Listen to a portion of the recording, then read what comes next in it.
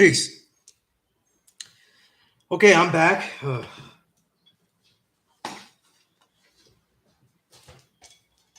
Place looks as fun and as well kept as I remember.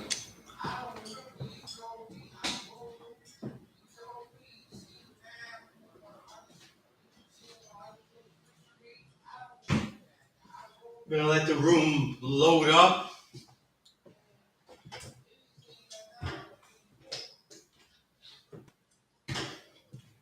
Anybody has any questions, please put them in the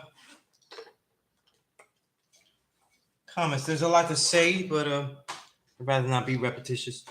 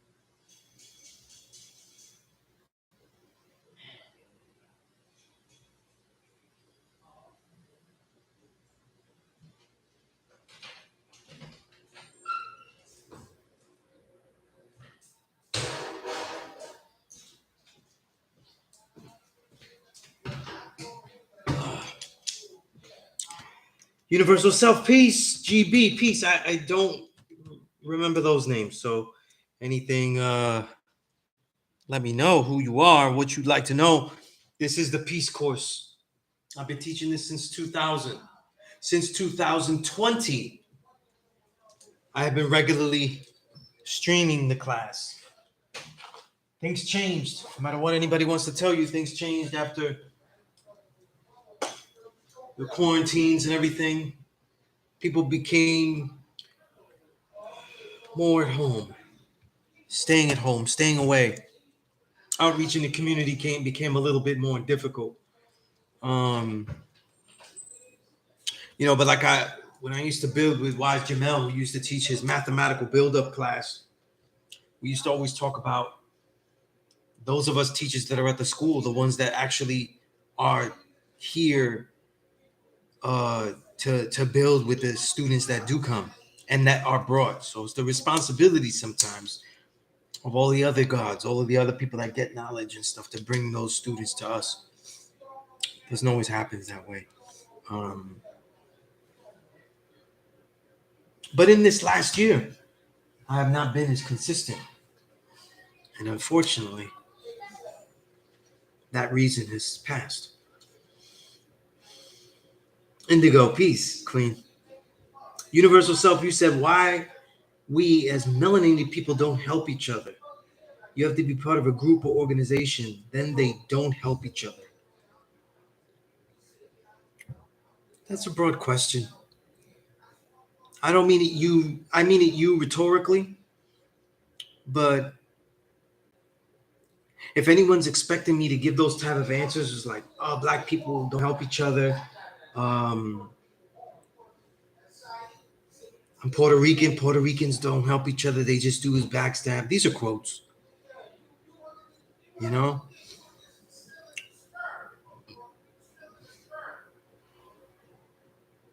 They have to be in organizations, be in a church or anything like that to get help.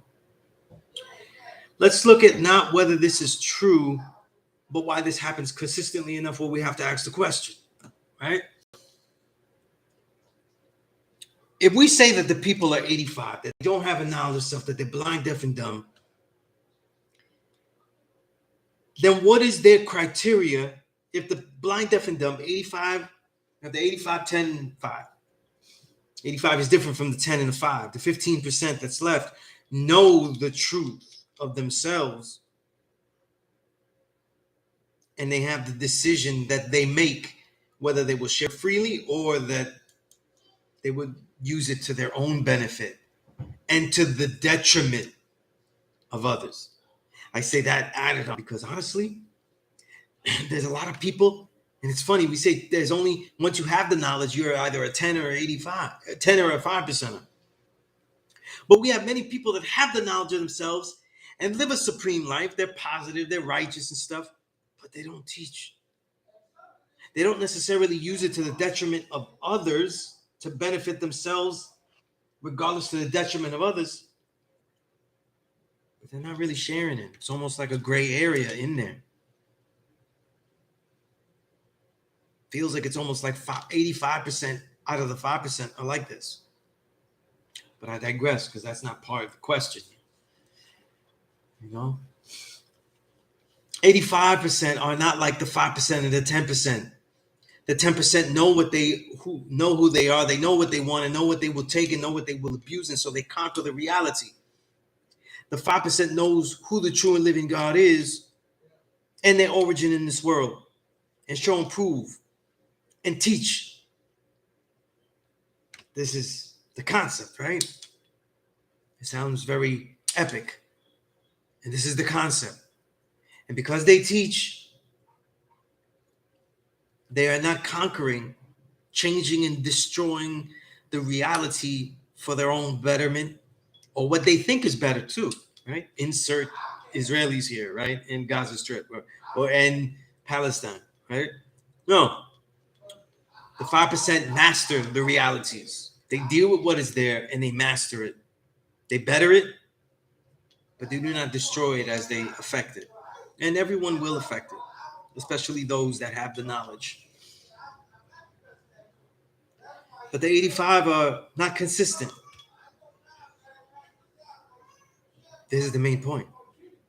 The 85 are not consistent. They're neither good or bad. They're inconsistent. They're like that Syl Johnson song, any which way the wind blows, it's cool with me. So, if that's the case, to make a decision of who to help, what would be the criteria to judge this? Who do we help? How do we judge who we're going to help? Right? Seems to me that generally, the 85 in general, would be better served if they had some validation to look at, to say, you've done this, you've done that. Right? They're inconsistent.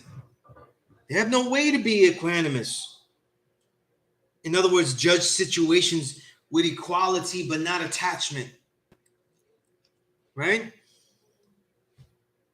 What else would we expect of the 85? Of people that have been oppressed and now must make decisions that with the little bit that they've been able to get, that wasn't meant for them. Because everything an oppressed person gets, we can say, was not meant for them. And then now to share it, or what would that mean? What would that altruism mean? How could it be done?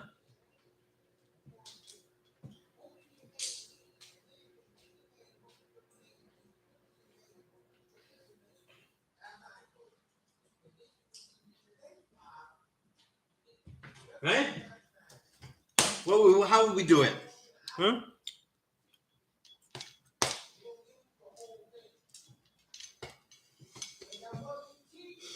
You see, universal self, I'm not trying to say and lament here and say, oh, they're 85, they're not doing anything, they don't help, we don't help each other, we don't do this, that.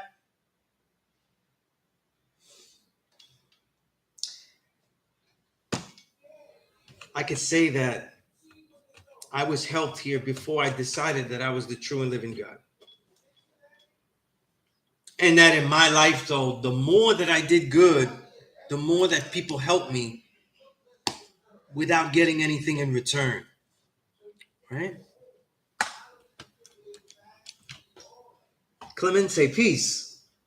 Indigo, you said so many people are conditioned to not be trusting and haven't been taught to share resources as they should. It comes from having us in a competitive mode of divide and conquer.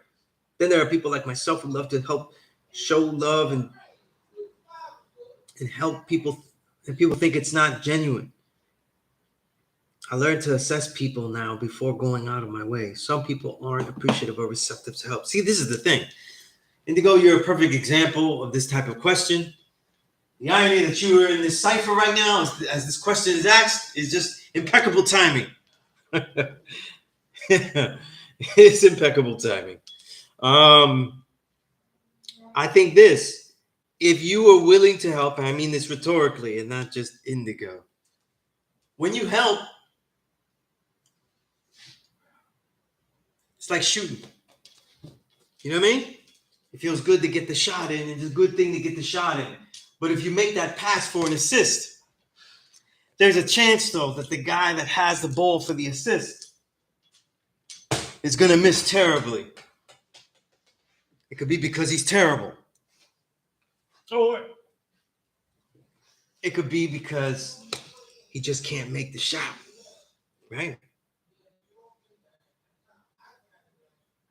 So those who share, those who help, those who add on, though, they have to get used to not getting anything. You know, like I said, man, this is a truth. This is an actual truth. In this school, no one has done it the way I've done it. No one has taught a class in this school 23 years straight. I have this record by almost 10 years.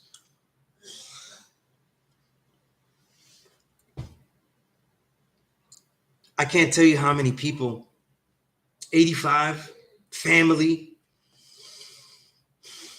supposed loved ones, so-called Erts, and even the 5%, so-called 5%, that questioned whether I should even bother doing this anymore. Right?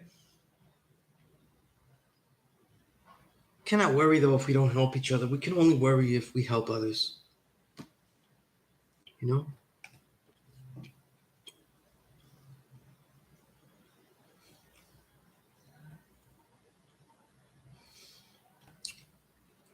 Universal Self, you said, didn't Father Freedom instruction was for us to teach? We are poor righteous teachers. The job is to civilize the uncivilized. Enough of us is not teaching as instructed. Again, I don't lament that too much. I really feel that this knowledge was to be given. You understand that the reason that my course, I think, translates to the YouTube channel for all types of people to watch it anytime that they want is because when I'm teaching here, you're not seeing anything different.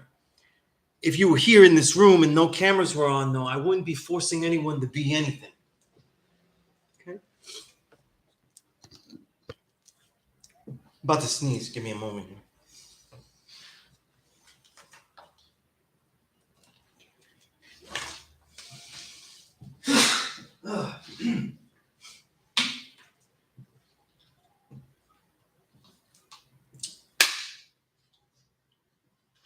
To give freely is to teach here and say we're part of the community. We give freely, right? One distinction in the class, when I was taught how to teach here, I was taught to not make them be God or earth. I was taught to teach this knowledge and to teach anyone that walks in as best as I can. And first and foremost, teach civilization as we know it. Be a representative of what we are. Right? These are the pitfalls. You don't think that so many people would get this knowledge and then, no, really think about it. Think about it. How long have we had it? And really sit back and say, wow. And appreciate yourself to appreciate what others can and cannot do. In other words, I gave it to him and he dealt with it. But then I realized how difficult this is, that when he can't continue, I understand how difficult this is, right? I really understand how difficult this is, and it's okay, right? It's okay. I think if we think of it like that, we won't be upset by things, right? Upset by things. You know? Azrael power, peace. King Kamal, peace to the God. Listen, I don't see. Okay, universal self. I was going to say something, but there's plenty of time to say stuff here. I'll be here until 8 o'clock. Soon as I have to say I'm here because you dropping gems, those questions just a day-to-day thought. I appreciate all you do. Thank you. You know what? And I'm going to segue that appreciation to many people. King Kamal, Indigo is here. A lot of classes. I have probably missed more classes this last year than any time I've ever been teaching. Right? And some people knew why.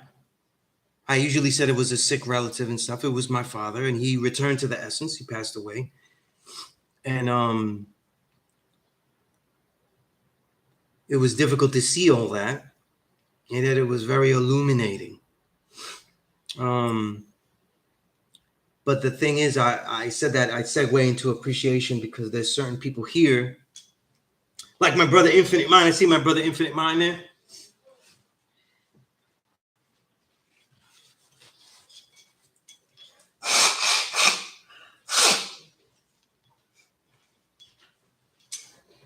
King Kamal.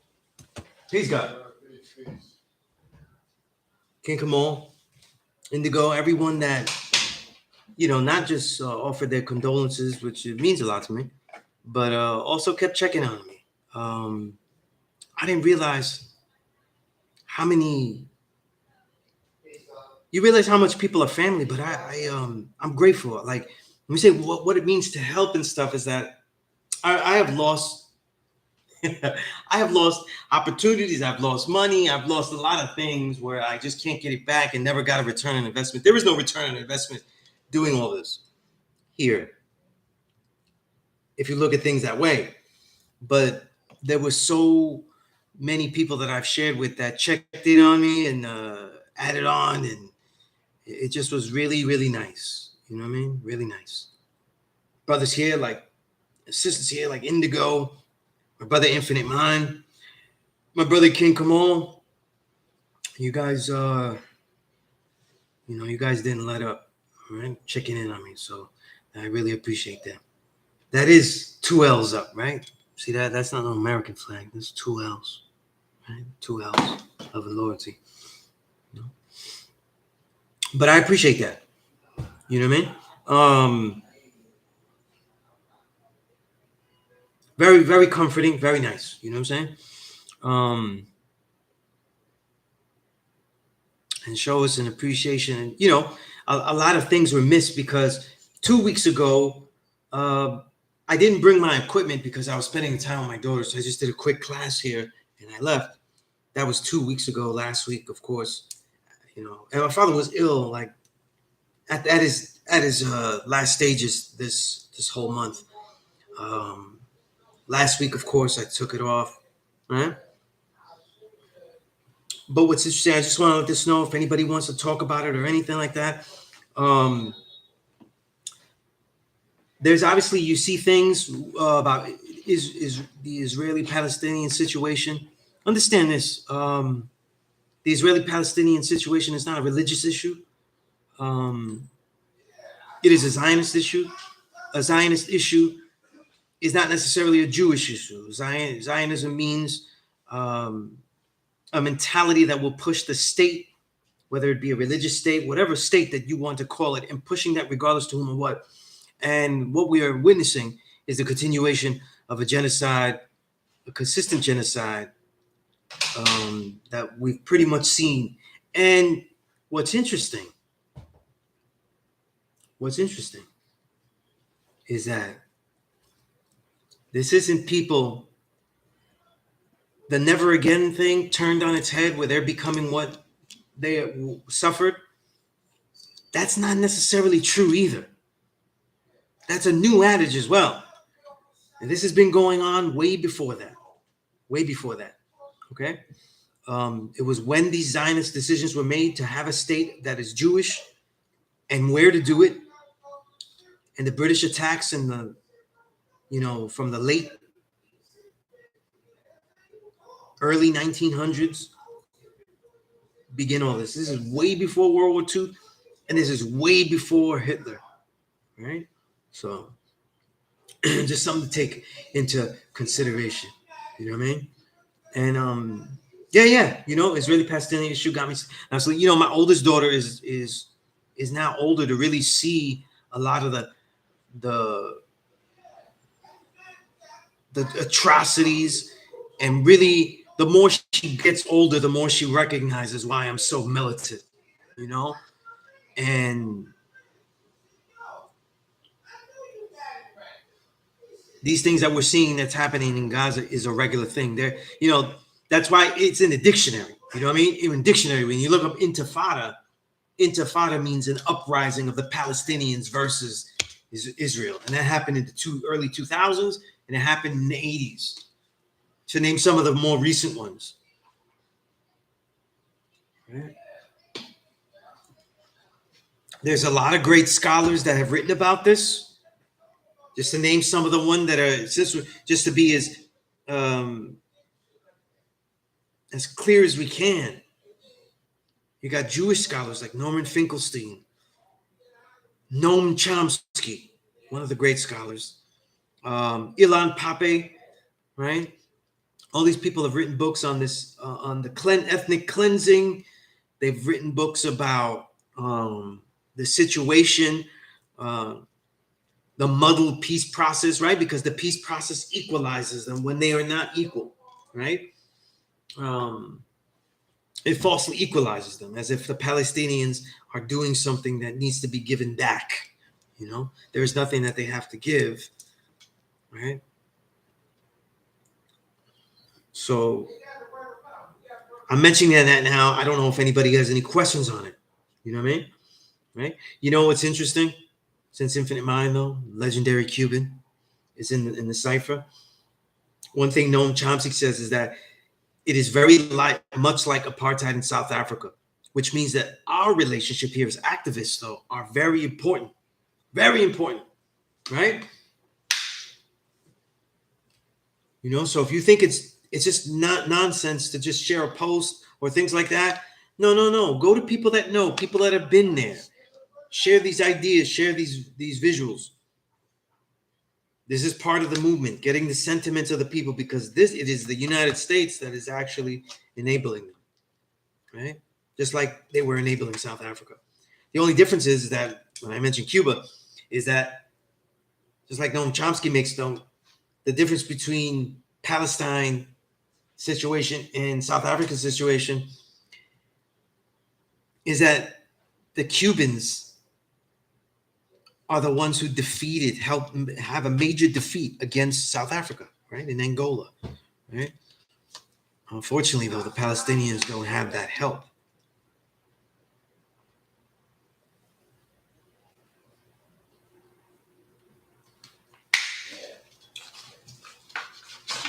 When we go into our degrees and we say, what is a real devil? Who's the colored man? When we look at what are the extents that a population will go, and what does genocide really look like? Where you push out the people so much that when there are so few and without the ability to actually engage, then you have successfully genocided a people. And the truth is, if you define it that way, Israel is not done yet. This is the cold, hard truth. Israel's not done yet. Their mission is not done yet. That's why you have devils like Ben Shapiro and shit like that, and they'll justify this stuff to high hell, right? They're not done yet, right? Major bank mentality. That's crazy. That sounds like a 5%, bank, peace. Wow, wow. If you know what, I understand where you're coming from. Yeah. In the Puerto Rican independence movement, when I was early on, really, I engaged in it. Marches and rallies, there would always be Palestinians in solidarity with us. You know what I mean? Because on many levels, the colonization that we have suffered is very similar. You know what I mean? The only difference is that it's much more based on passiveness. We have become a passive people, and the closeness to the technology and the spoils of America uh, have pacified us. It's a little different, And the goals are different, though. The goal of colonization in Puerto Rico is not to destroy Puerto Ricans; it's to bloodsuck them consistently. With Palestinians, though, they're not necessarily needed or wanted or desired their existence at all. And that's what makes it a genocide, just like it was with the indigenous here. Just like they wanted to kill the indigenous here and then bring the African slave. Right? King, you said, peace, God. You said today's math is knowledge born, all being born to knowledge.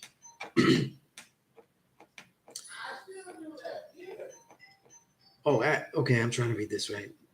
Knowledge born, all being born to knowledge, add to the cipher, all being born knowledge. Okay. No, it's knowledge born, all being born to knowledge, right? It's simply knowledge born, all being born to knowledge, right? Knowledge add on the cipher, all being born to knowledge. Yeah, if you want to reduce it that way. You say add on a cipher. Making knowledge born is to make knowledge known. Like knowledge is that was the foundation of who you are, it's the foundation of wholeness. You always be responsible for yourself and your own happiness as long as you are mentally and physically capable. The source of your completion will always come back to you. Interesting last sentence, right? The source of your completion will always come back to you. I'd love for you to develop that into like physical examples, something to think about, real time examples about that. How does that original source, we could say, you get this knowledge, you do something, that is the origin of it, this idea, this particular original idea, the nature that you engage in it, and then you go through, knowledge, wisdom, understanding, you take it, you live the culture of that understanding, you show forth its power, propulsively extends itself to equality, a proper position where you reveal, rejuvenate yourself through reaffirmation, and you change the reality around you. You build and destroy, and something is completed, fulfillment, and it's elevated fulfillment. You have born something, right?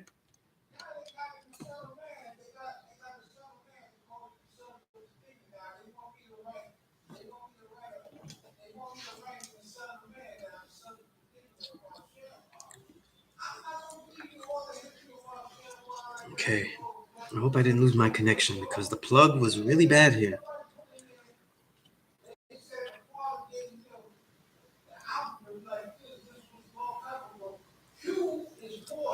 All right. But yeah, that original idea, very well put. We want love from others, but we must learn to love ourselves first. Yeah. Certainly that would be the source, right? The self-love to get love from others, right? But it extends to all things. The nature by which you engage something is also the way you can actually bring things back to you. Right? Knowledge added on the cipher mirrors the nature, right?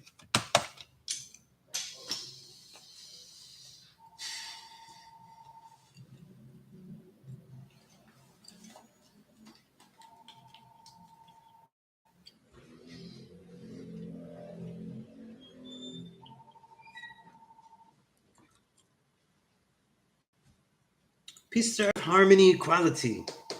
Knowledge is to know. One's awareness.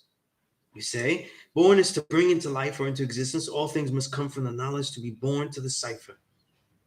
To be born to the knowledge of self is to be born to the reality of oneself. Making knowledge born for self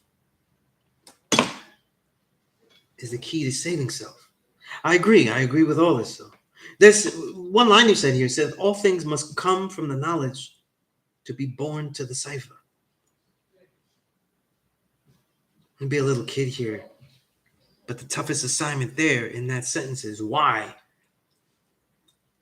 Why do things have to come from knowledge to be born to the cipher?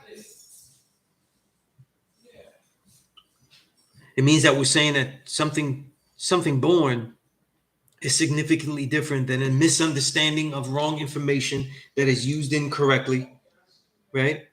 Leading to a lifestyle that is not a true culture, that only freely brings you into having some temporary power that brings about a false balance and inequality and reveals nothing of oneself valid. Things are destroyed only and lessened and depressed. And now something is not born. I may have answered the question myself. But the way to look at these things, in other words, that look, when you build, right, when we look at our builds, we always try to take things out of the most religious, right? So a lot of times I look at my builds, right, instead of teaching people, and try to look at the part though where I have just given absolute, and every time I give an absolute, then I try to question myself, how is this true? I've said this as an absolute. Why is this true? In other words, I'm trying to find the questions that someone else that would be as discerning as I would like him to be is actually looking at things. So we don't always get in the classroom the model student, but we can be the model student for ourselves in asking the right questions, right?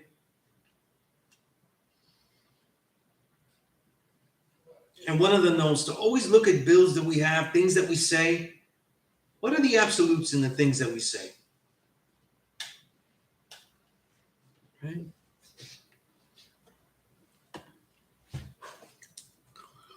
The absolutes that we find in our speech are usually the things that even if our children, especially our children, they may not follow us, they may not agree with us, they may not go along with us.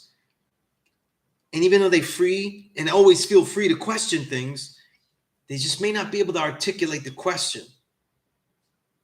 But they certainly will go against it. So sometimes going through these exercises, though, why are instructions absolute? Why are these thoughts how these things I've instructed to her or him, why are they absolute? Right?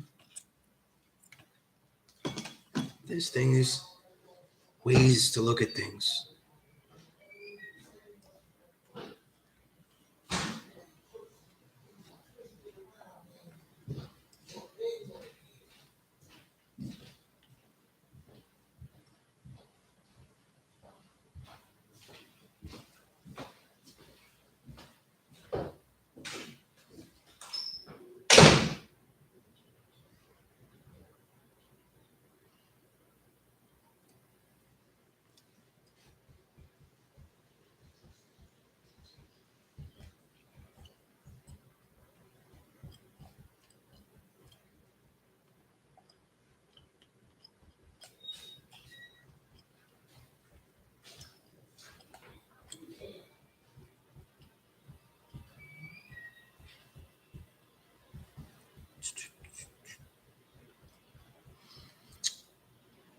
How many of you said the highest version of you that you have in your mind is your Christ? This is your Savior. That's the one in the heavens, the mind that will resurrect you from the depths of the worst concept of self. Yes, I saw Rakim say that. Yeah. I think that's a great build. I very rarely use the word Christ in my builds, though. I never say anything religious. But if you were to use religious, encounter someone that is religious, though, that would be like an ideal way to to analyze that. Peace. That would really, really work. Peace God. Everything's peace God. Peace God. Peace God.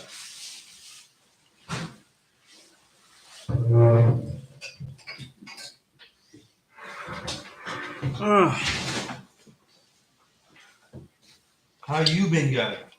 Man, we've been great. Same elevating degrees. That's peace God. Studying.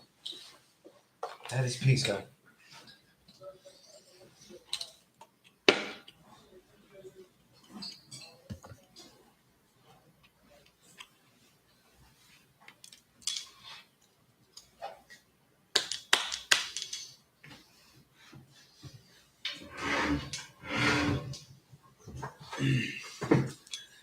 I'm going to sit down here. I have the God here. But I can see. I have my glasses on. I can see any questions.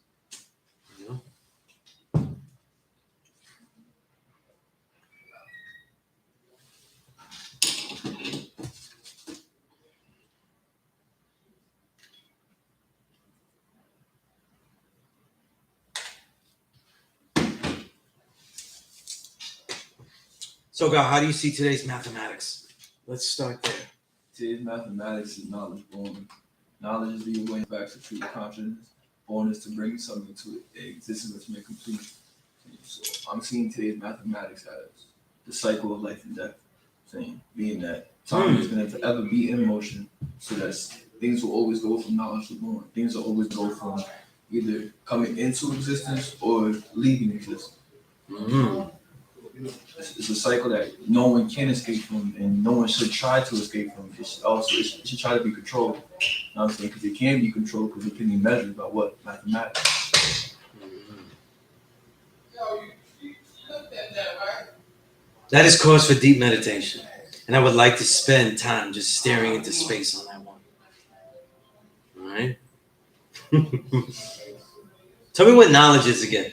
Knowledge is the awareness of facts of truth. It also means to be conscious.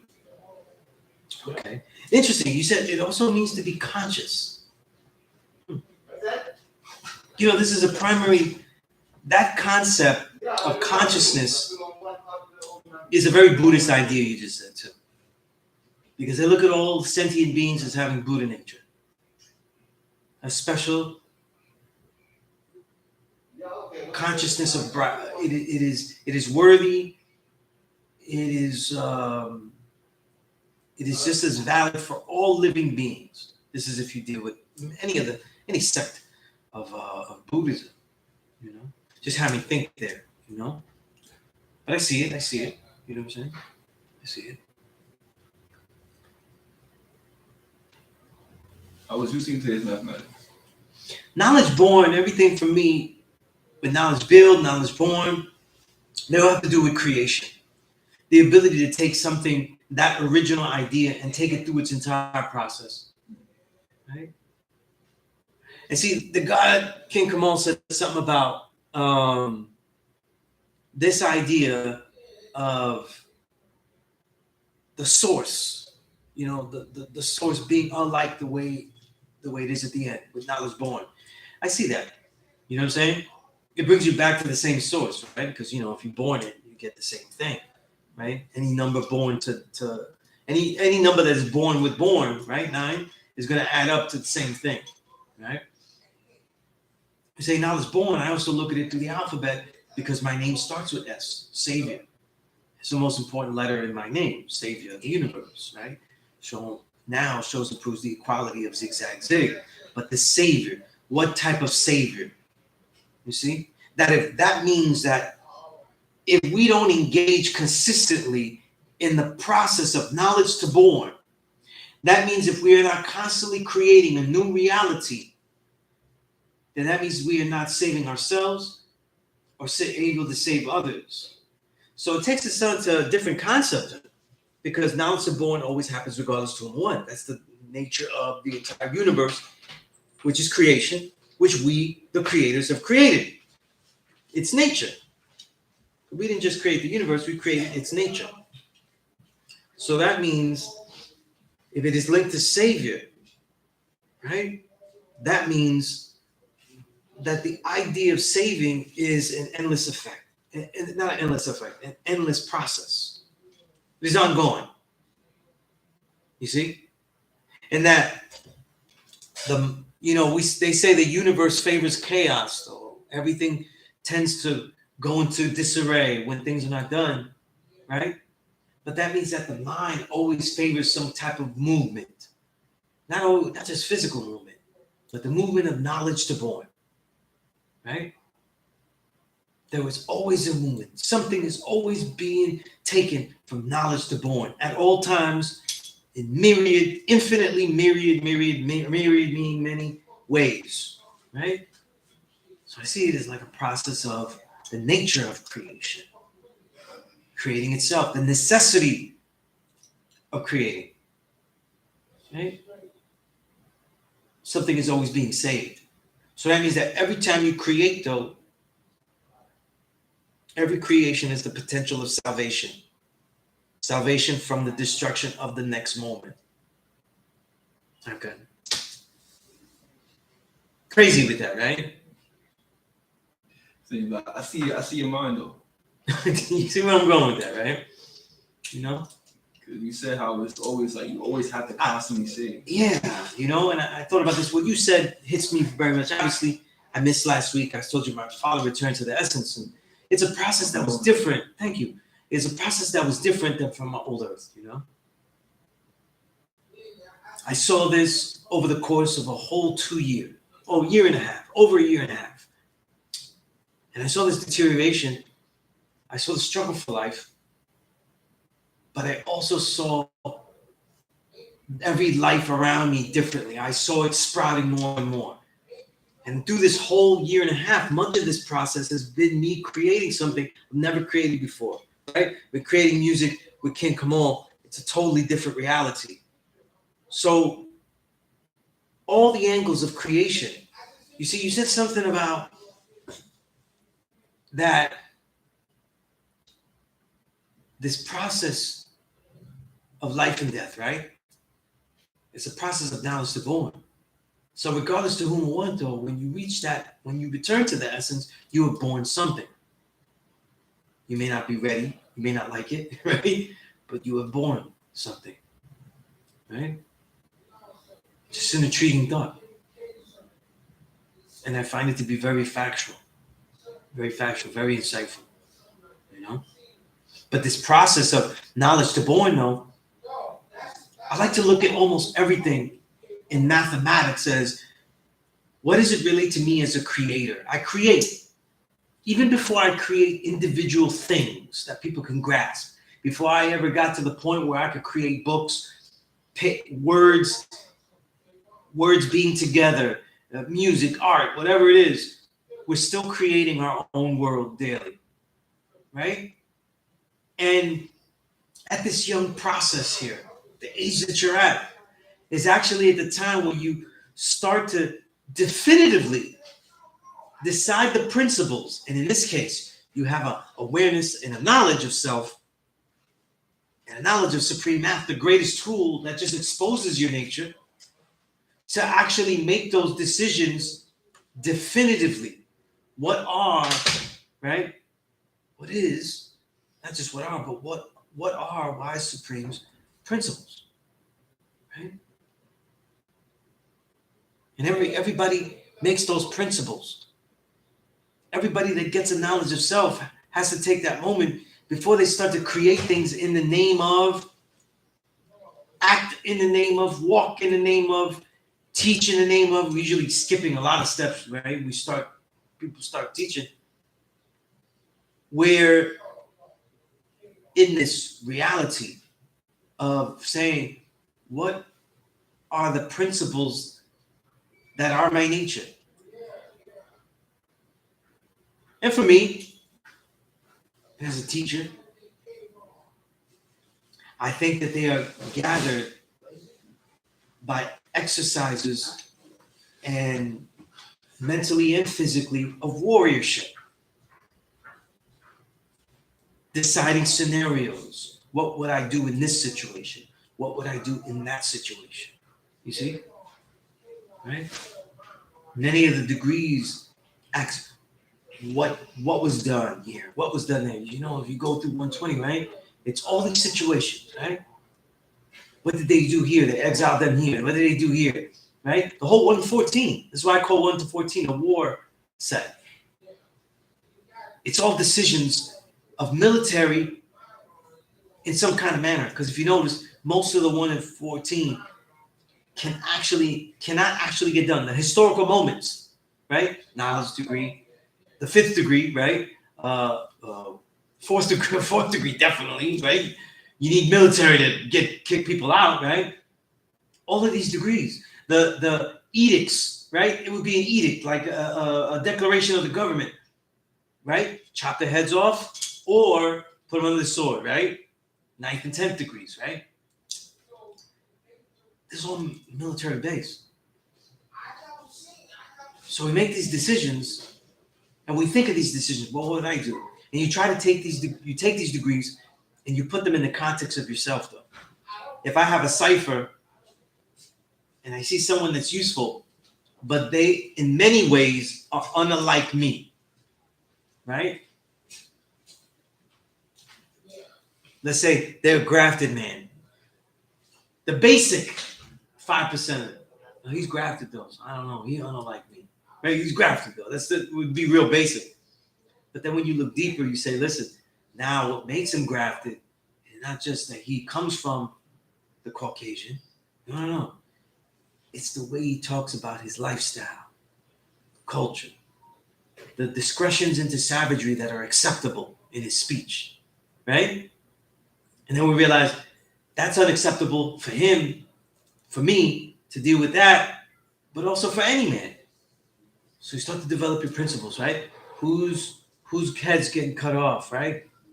10th degree. Well, he seems to be righteous, though. There's a possibility, right?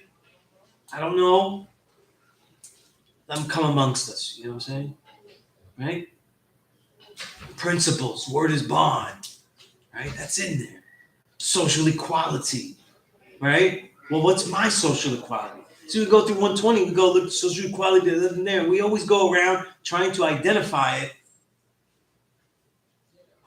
Why the devil keeps us apart from social equality. But then what would be social equality in my cipher?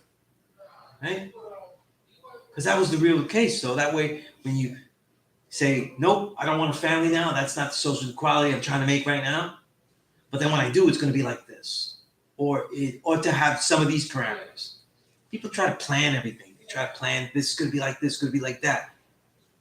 But they should be planning the defense and the enforcement of their principles. Everything else is usually in the realm of like and dislike. I need her to act this way. I need her to act that way. I need my children, when I have them, to be like this, like that, right? That's your like and dislike. You know what I'm saying? We talk about principles here. You see? I've learned that it is very possible for like my daughter, especially my oldest, right? Because he's making these decisions. She's about your age. To make decisions that are in total disagreement with what I said, and yet are based on the same principles that I taught her. That would be right and exact to me. They don't have to be agreeable to me, right? But they're based on the same principles. You see? Then we're going somewhere, right? Shit like, do we do the 9th or the 10th? I said, let him come amongst us, and she said, kill him off. Right? Similar principles, right? She chose different, right? It's the levels of understanding that affect our culture. Right. But these ideas of principles, this is, when you deal with the martial arts, you're thinking of scenarios and what would I do in certain situations? What would I do in others? How will I act? How will I attack? How will I do certain things? You see? This is important. This is how you make these decisions. Right? Same thing goes with all life. Right? What would be correct? What would not be correct? Right? And sometimes it'll be overt, you know? And I say these things because a lot of times in my life, they're very overt. Well, in martial arts, they're very overt. To put the principles we have as a 5% to a physical situation, it's very easy to put that overtly. In fact, 120 has a lot of situations of violence, though, so it's very easy to parallel. But at the same time, I've been in situations where people are asking me to go against principles of mathematics, right? Wisdom, knowledge. Write this. Don't worry, just put your name on this and write it. I have to, can't be put my name on shit I didn't, you know what I mean? Right? That's not how we're going to do things, right? Wisdom, knowledge. I don't know. We have to do the knowledge and have to see if it's correct, if it's in line with my understanding, right? So there'll be overt situations, but not always. Most situations are not as overt. You see? What makes the principles that we have overt is the constant development of them through what? Through the cultivation of the body and the mind, through study, right? Through training, and then through creating. You see? Creating things, creating works, creating ideas, all of these things. Right? Let me see some of these things I've seen here. There's a lot of stuff right in here. It's great.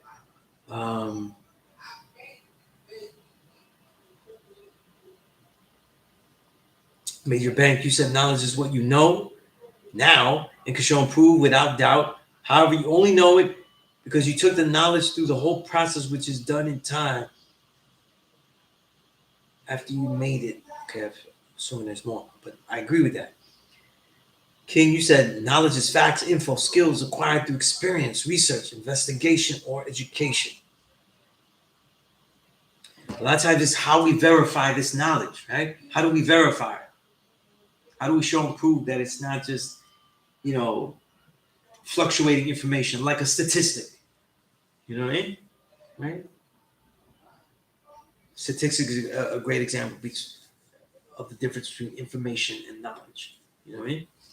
Information, statistics can be skewed. You know what I'm saying? Right?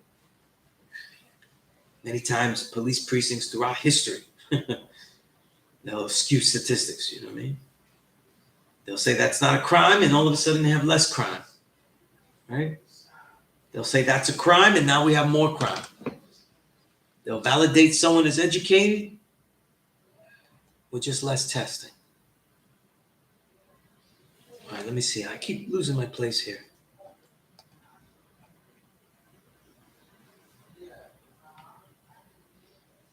To be born, King says, is to manifest or bring forth life or bring to the light. For me, it's the light of truth out of mental darkness. And I agree.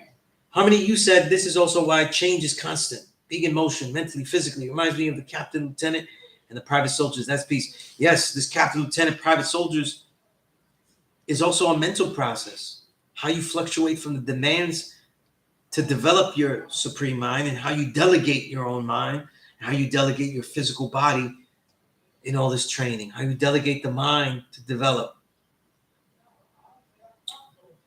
King, the knowledge is the blueprint or solid foundation to be complete within yourself as life evolves or revolves back to situations, places, or the same people whom you view differently with a greater understanding and more compassion. 1 + 9 = 10. Right? 1 + 0 is 1. I see it, God. Major Bank, you said, continuing on, you said complete, you can get back to source, as was mentioned earlier. From that point, you know without a doubt that you can add to it and be confident that it will stand. I have an example. Okay, I look forward to that example here.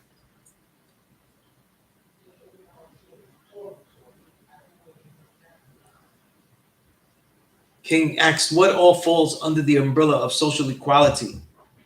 It really is everything, really. How we conduct ourselves. What do we expect of other people? You know what I'm saying? How private is the circle? Social equality is also the privacy of things, right? The privacy of manners, the civilization of efforts.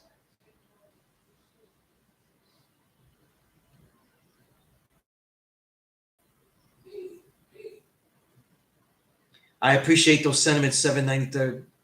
Thank you. How many of you said with knowledge born? I think about one method my enlightener recommended as a tool study. Writing each degree 9 times, borning the degrees. By the time I write them 9 times, I'm sharp as a sword with it. Shing shing regime. That's right. Yeah, man.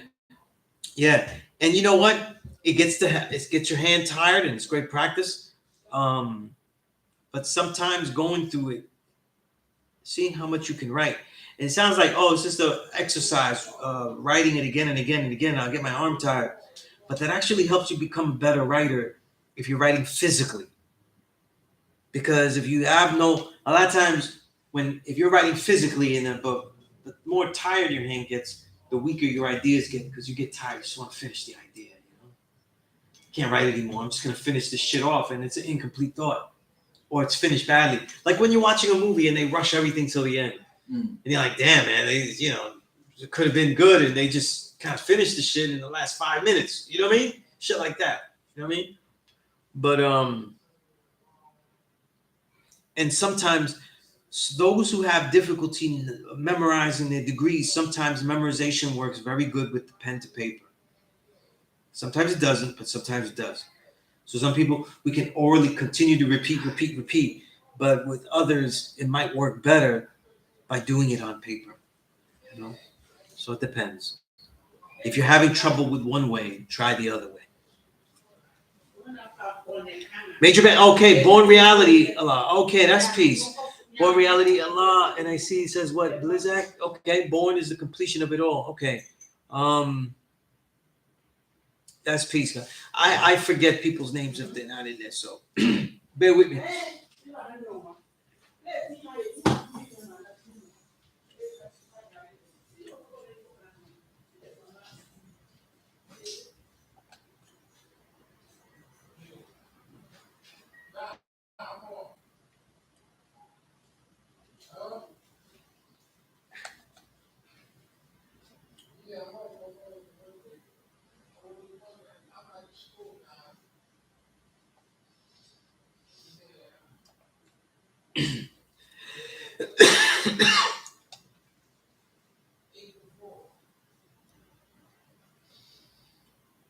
King, you said what's always helped me with different degrees is living them in situations. My struggle has always been those long degrees in the 1 to 40 years, Those are a pain in the ass, though. They're a real pain in the ass. Also, too, writing down your understanding.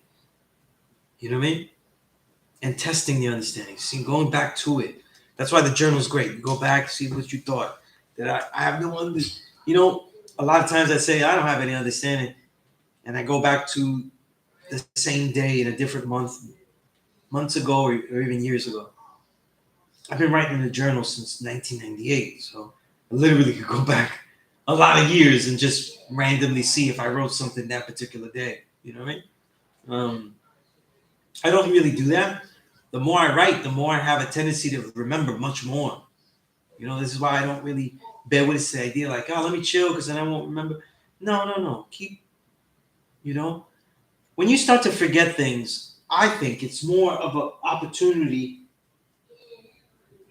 to start creating things, to letting your ideas out. I think that's what floods the mind more. What overloads the mind is your ideas, not the knowledge you're bringing in. I think it can be absorbed infinitely. But I think that the mind overflows when you have ideas to let go. I find this to happen all the time with writing. I'm a writer, so of writing of any sort, whether it's a song or whether it's anything else, books or anything like that, it's the overflow. And the thing is, though, is you may not want to do that. You may not want to create or try your hand at creating or something like that. And so you still feel that feeling of overflow, and you can't absorb new information. So with everything I do, everything has certain levels of assignment. There's a certain amount of pages I read every week, minimum. There's how many books I read every year is a minimum. How many pages I write in the journal is a minimum. And then I have, things I'm creating and there are deadlines that I make for those too. So when I'm doing one thing, I'll get antsy if I feel the need to create, and I can't write anymore. I can't read anymore. You know what I mean? right? Happens all the time, you know, right? So these things happen.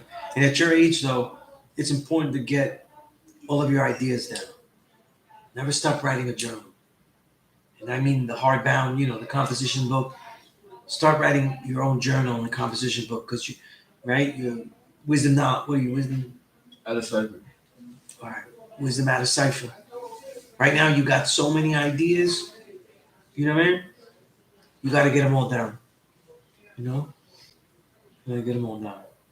When I was your age, though, my worry was that I didn't have enough ideas. That was my worry. Mm. You know, I had already been immersed though into.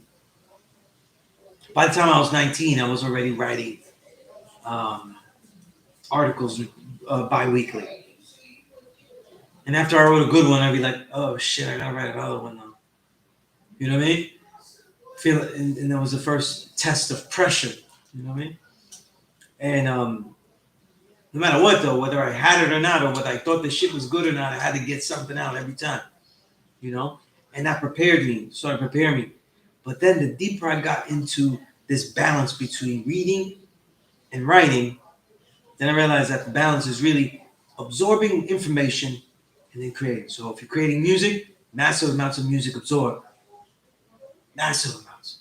You get tired though, you switch genre to genre, artist to artist, whatever you do, just keep overloading. And then you let go. You let out what you have.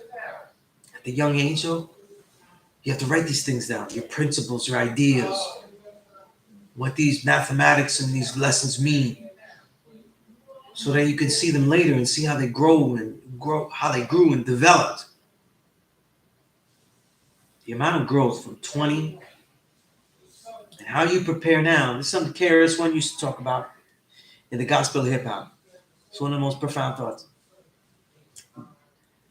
The 20-year-old you is preparing yourself for the 30-year-old you. You still don't know yet.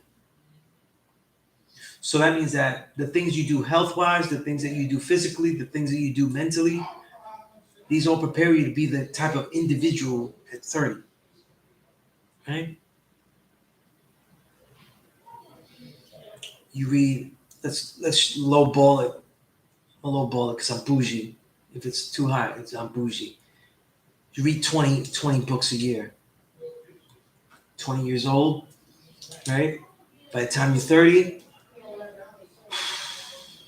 it's 200 books. If they're really well-chosen books, they're substantial. And mind you, I'm saying that 20 books a year is garbage. You know why I'm saying that?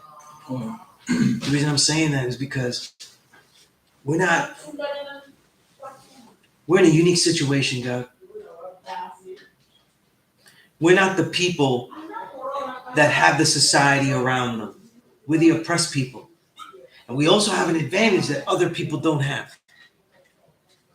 The oppressed people in the West Bank, the oppressed people in Palestine, the oppressed people throughout African countries, the oppressed people throughout Latin American countries, they have no access to the vast amounts of libraries that we do. You see all these food deserts around here? These are all food deserts, right? Where you can't get good vegetables, shit like that. These are all food deserts that you can walk out of. So for the select few, there's a food desert. Oh, you're in this Harlem area? It's a food desert? You can walk and get something. You can sacrifice and get something lesser that'll do more for you at Whole Foods. Or take a walk to 96th Street. Right? We say, oh, that's a lot of walk. That's not really viable, shit like that. How bullshit is that? You see where I'm going with this? Other people, their deserts, they can't get out of, though. Their deserts are, a whole country. These food deserts are only a couple of miles. Walk them, get out. You know what I mean? See your budget, though. Take a train, go to Trader Joe's, get some vegetables, get some fruits cheap, go back. You know? Had one student though, he great student. Young man. We talk about getting a diet up, you know. I said, listen, the majority of my diet is nuts and seeds. Most of that shit comes from Trader Joe's at a best price compared to anything else. I just get them there. I don't live near any Trader Joe's. You know what I'm saying? I don't live near any Trader Joe's. Right? So I don't really like nuts and seeds. Right? And in my mind, I'm like, I don't give a fuck what you like.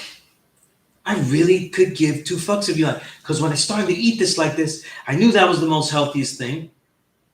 I don't give a fuck what it tastes like. And I'm going to make sure that whatever it is, if I like it a little, it's going to be, I love it a lot.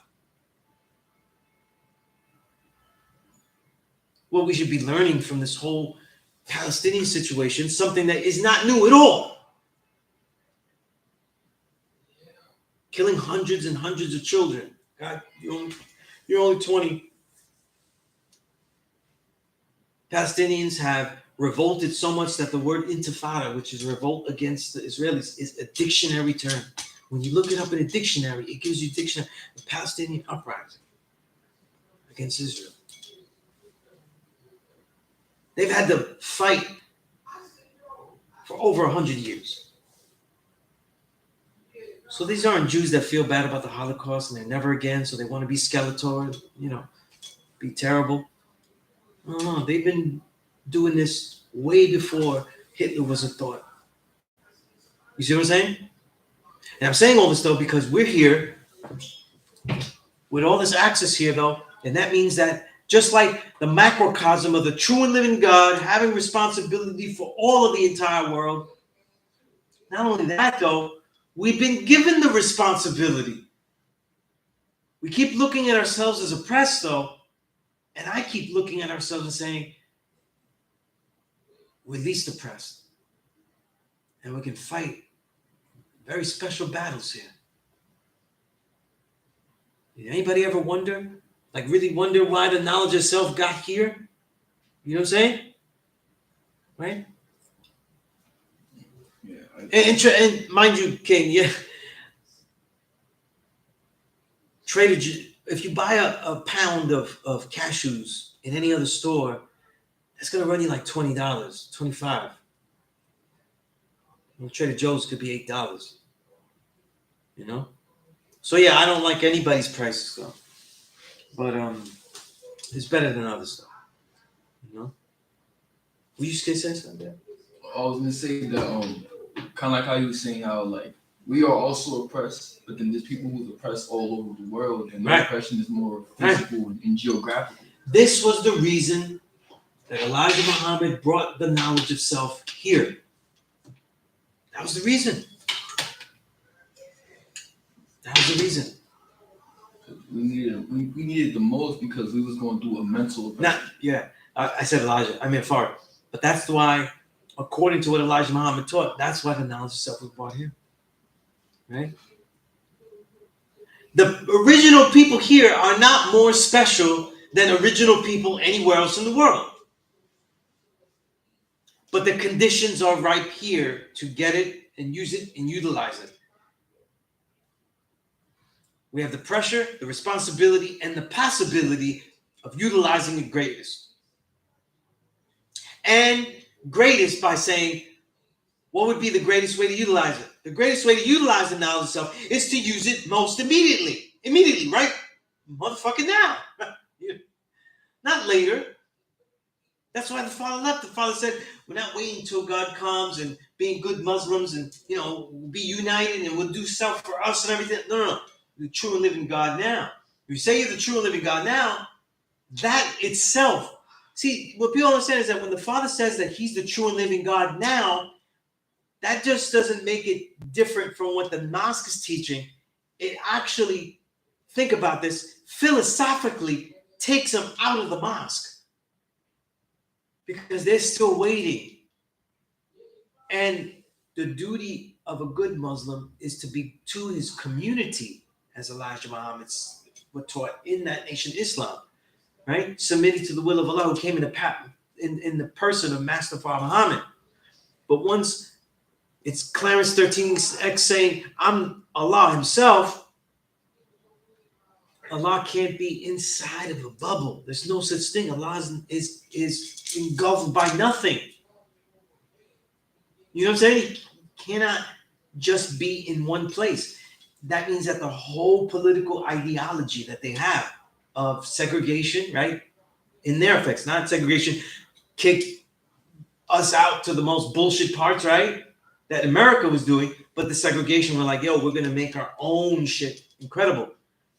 No, you say that you're the true and living God. Allah himself means that you are not Allah of what you feel like.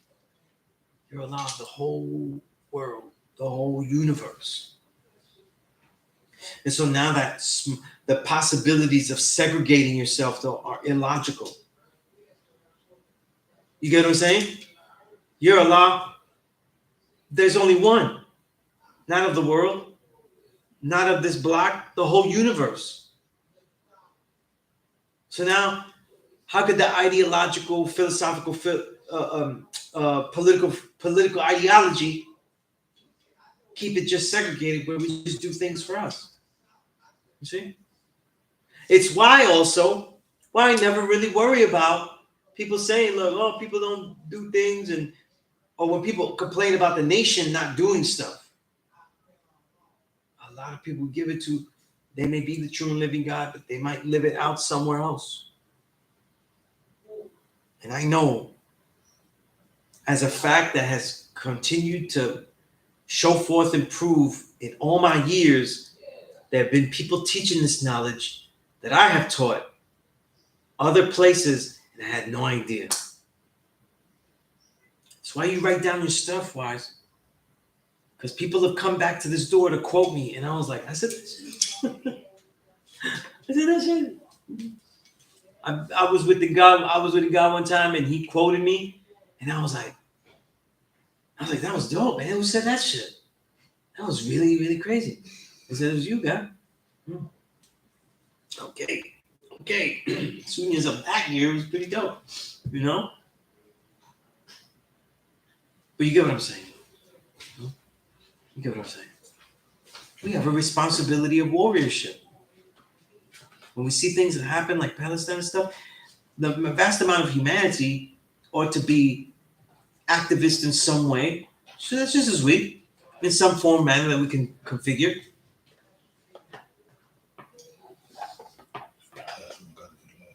Oh, that's peace. That's peace. But certainly, what it should remind us is that we have this ability. You know what I'm saying?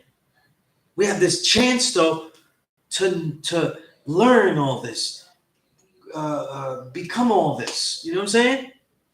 Research all this.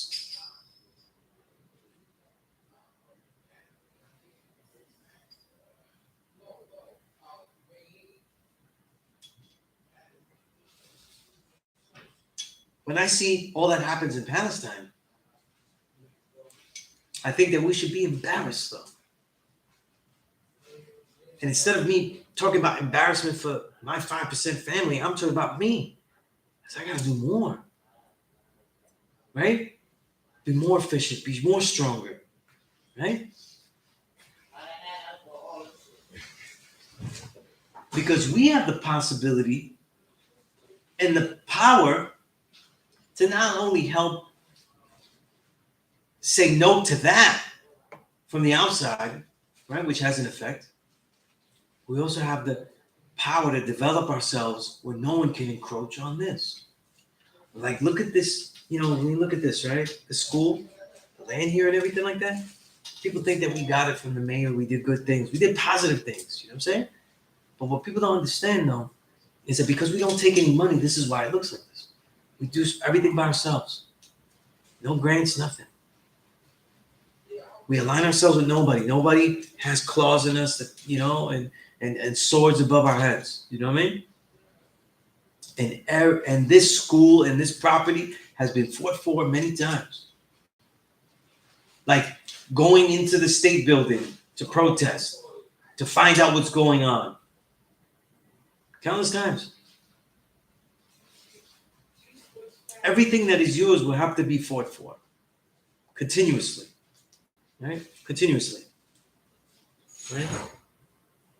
And we have the opportunity to do that. To be sharper. Right? You go there and say, look, Sunez talks all this shit about reading and everything. I have like 2 books I bought. I don't even have a big apartment to be putting all these books that he said, because I at least minimum I read 52 books a year. Minimum. Okay? So every time I reach the 52, sometimes I reach it in earlier than December, whatever it is, right? I'm like 3 off, right? I'm like 3 off this year already, right? I stop there and I just read longer books that I can't finish in a year, right? I've reached the 52, right? But and there's a certain amount of pages I read every week, right? At least I read at least 300 pages every week, at least. You know what I mean? But these are we have to have standards. We have to put ourselves in the positions that require us to have standards. And I'm saying that because when I came here, God, I was 23. I was already considered very old. I was actually considered old to get this. But because I was civilized, nobody had to give me a pork lesson or anything like that. I was already vegan, so nobody had to tell me not to eat pork because they were like, what? You don't eat? Okay, right? You don't have to worry about him. But I was already, I had my own way of living and everything like that. I was good, civilized man, right? But to put myself in here and teach is to take the responsibility. Where would you take the responsibility? We need everybody to take the responsibility for themselves, so to become more aware of situations, right?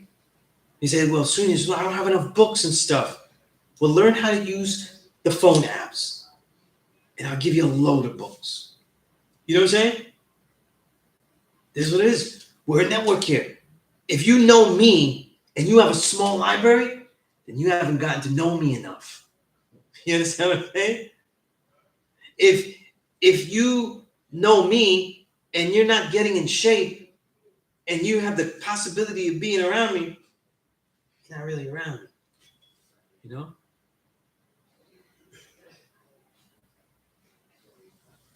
Because it's hard. You know what I mean? It's hard. This is the life that we chose. And you'll have to decide how you have chosen it. You understand? You're in those years where you have decided how you would choose it. You see? I've never lived with another 5%. They can never last with me. They never would. My day ones, everybody, the guys I love, they would never be able to wake up and do all the stuff I do. They would have to get out of the way. The women I've lived with, they have to adjust and get out of the way. They have to let the pistol smoke. I have to do, There's no, oh, you should take a day off. You read a lot. You're already smart. And all I can see is all these children dying out there, right? And instead of saying that we're lucky because we're in America, we're lucky because we got colonized already. That's all you're saying if you say you're lucky. You're literally saying that. If you're lucky, it's only because all of the people that had to be murdered and everything already happened. See? So if we look at Palestine, you go, I'm grateful I'm in the United States. Then that means as indigenous people, right? African people, right? As people that came over, was brought here, then all we're saying is that this shit already happened. You know what I mean? Let me take this from the phone.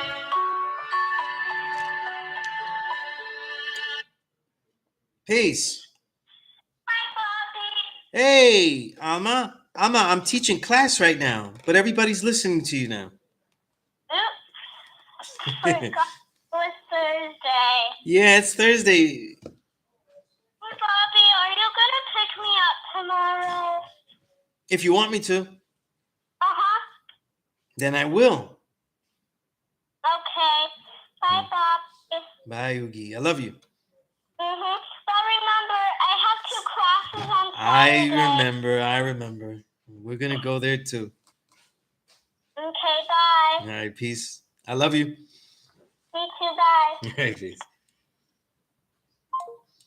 All right. So we have children. We're gonna get soft. We're gonna get lazy. We're gonna get weak. You know what I mean? Young man, we're gonna pick. We have to develop ourselves, right? We should be studying everything. We shouldn't be. I'm grateful that these children are getting bombed and we're not here getting bombed. Just like we shouldn't be looking at Will Smith and saying, I'm grateful. I'm happy that I'm not him. You know what I'm saying? We should be looking at, man, I better not be him again or ever get into that situation, right? Appreciation needs activity. She does, right? Does she sound cute? She's cute at all times. You know what I mean? Yeah, you know, that's that ringtone. I chose it for her though. Everything else, like, there we go. Peace. Hey, Bobby, are you going to pick me up at school? I'm gonna pick you up at school. Okay, bye, Bobby. All right, peace, Oogie. Love you. Me too, bye. He said he's picking me up at school. Okay. Yeah, I chose that ringtone. That way it's certain negative people call or shit like that. I like to be in the frame of mind. You know what I mean? But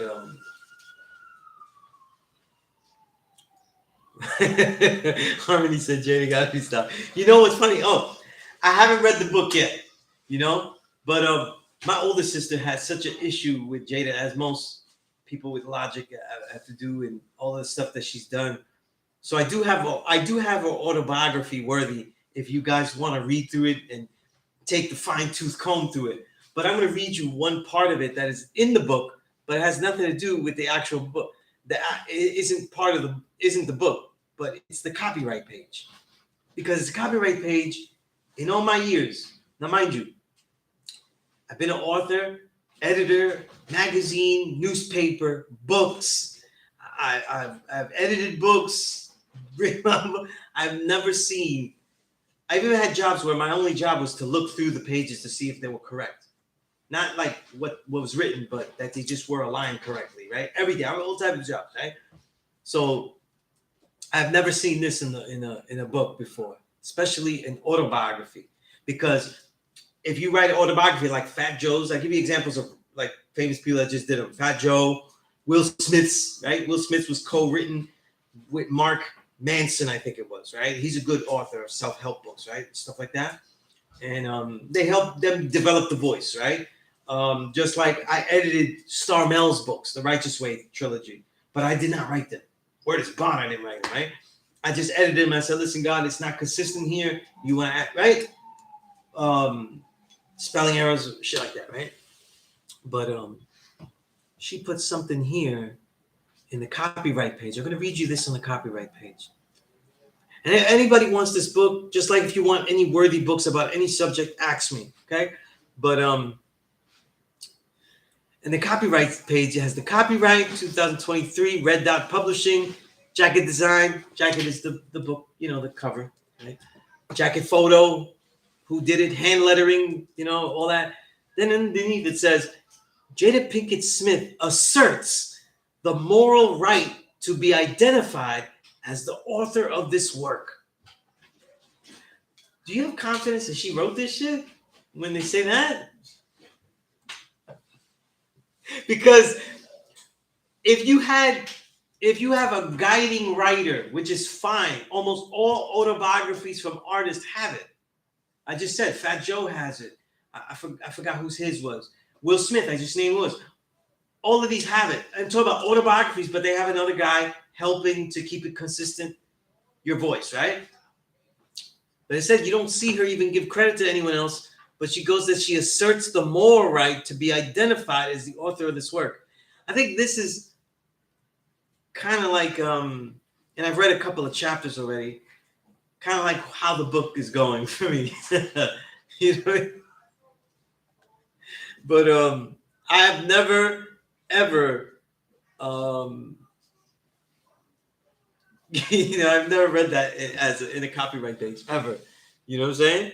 And mind you, I've written things for the source where they took a whole month to write because if I wrote something factually wrong, right, we could get sued.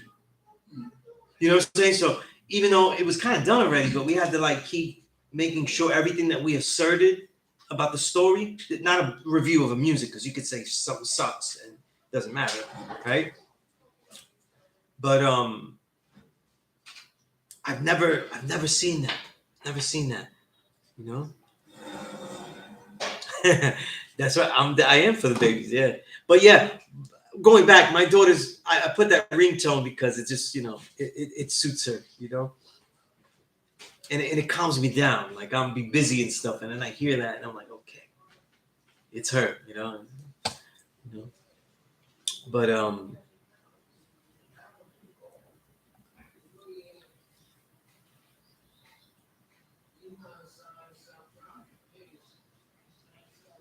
but yeah, just email me and I'll send you any book, including Jada's morally morally asserted authorship. Morally asserted authorship. This shit is crazy. You know what? I have never felt the need to write that in the copyright of my own book, and I never would write that because I wrote the shit. I don't need to morally assert it, which is weird, But did she say Tupac was a co-writer? That's funny. That's funny, man. Yo, I'm not up to the Tupac stuff. I'm still in the childhood era, But it's different. I read Will Smith's book. It's different than Will Smith's book because after every chapter, she's like giving these self-help things to do, and also she's writing from a very guru state of being, like it's kind of annoying, you know what I mean? Like, but yeah, she is. King, you said DLC is a narcissist. I don't know if there's any other word that better describes her. You know what I mean? Be divine peace. It does. Hope to back to Bruce. Yeah, that's how it works. Everybody else's ringtone is usually Gang Star's Mass Appeal. But my kids, I let them tone me down. You know what I mean? But yeah, it's like he chose his own demise. Like when I saw that clip today of him saying that he's gonna stick by her for whatever. I can't think of any moment where she's gone to bat for him, But if you're still with a woman after she does the whole table talk with you and the whole public knows that and doesn't apologize for an entanglement, I don't know. I don't know what you're doing. It's like every time I go on like social media, it's like a new thing with her. And Will, I'm just like, it is though, yeah, it is. Yeah. But that's dope. That's too dope. I would feel like Jada if I put my own songs as a ringtone. You know what I'm saying? I would feel that way though. Yeah. Yo, peace of the God 07. 07, I've been thanking people that were especially endearing, caring, and really reached out. You know what I mean? And during this whole last week, and I appreciate you 07 as always. You know what I mean? 07 says she's no guru, and moral is not a word that she should be associated with. Yeah, but she does got morally assert that she authored the book. I've never read that. I've never seen that in any book. Mind you, my personal library is over 6,000 books, and I have yet to see that one yet. Yet to see that one yet. You know what I'm saying? If we just go by books I've read and edited, I've been doing this thing where I read 52 books a year since 2000. I decided to do this in 2003. A lot of us was motivated because I felt like I need to learn more because I'm teaching here. It's not enough. And that 2003 was a fail. I only read Peace, God.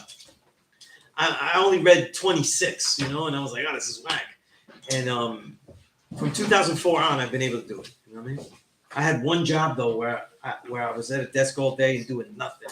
And that year I read 106. I was beasted. There was nothing to do with the job. It was great. You know what I mean?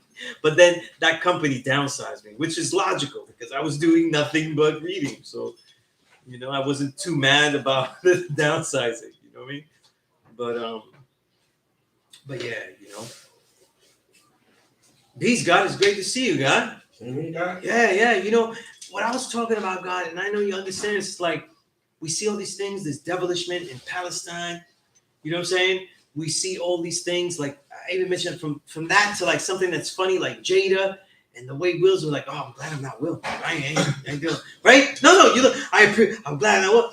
Or you're like, wow, I'm happy that I have my children and that and the thing. But like the reality of it is that we are in warriorship.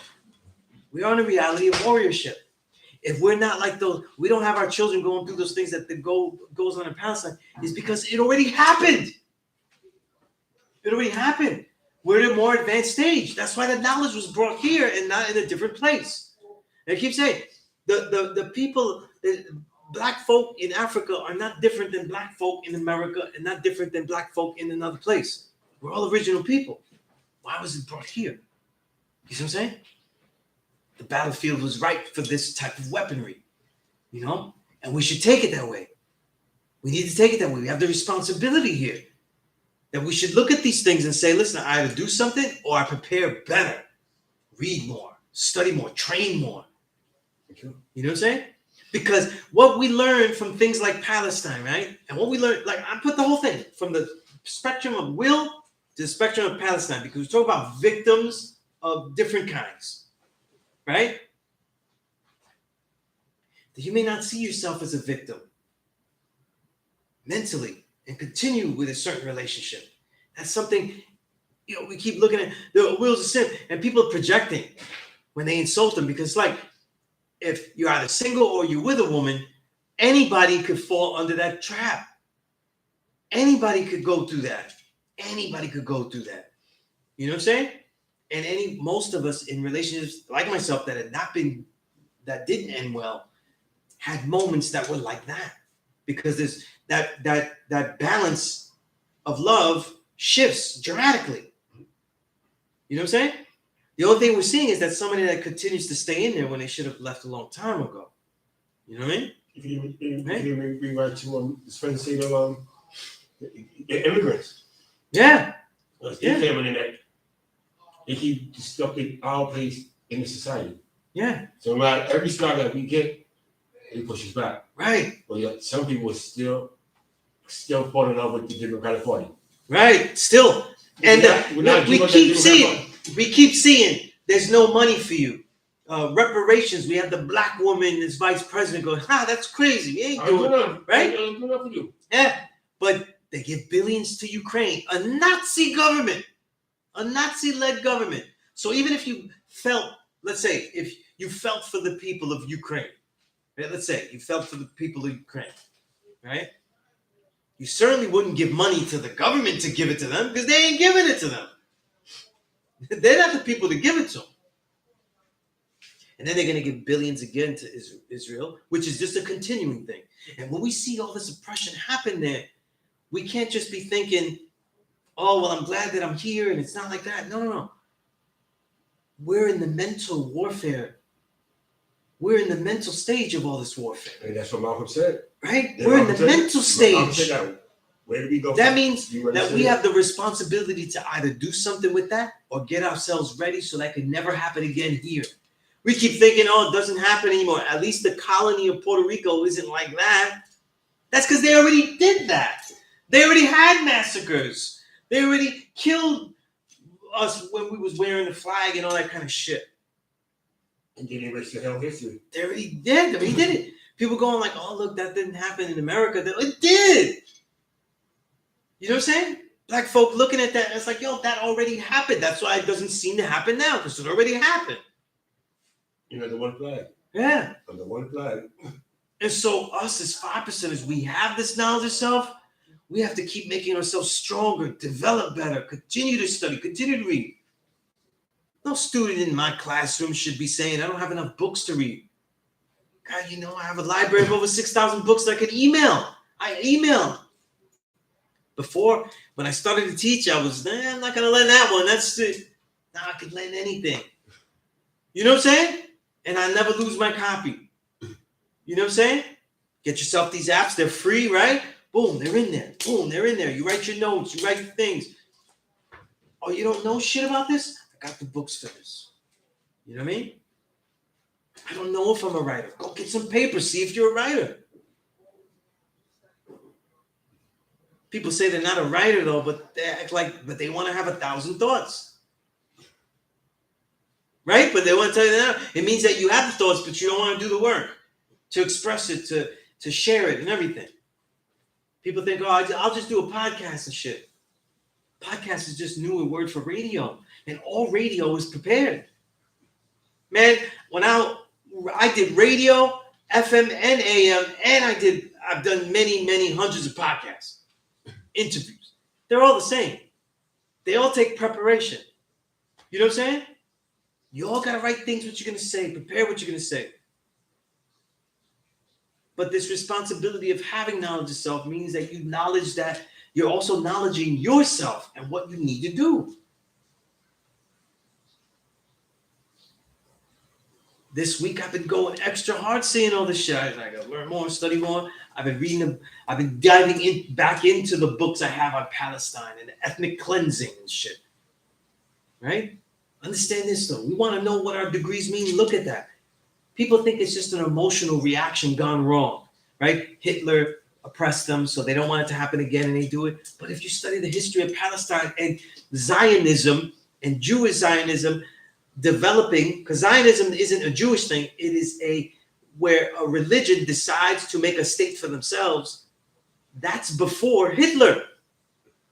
That's in the early 1900s that they're looking for a place. And the early attacks by Britain onto Palestine crumbled Palestine so heavily in the early 1900s that it let it right for the Jewish Zionists to get in there.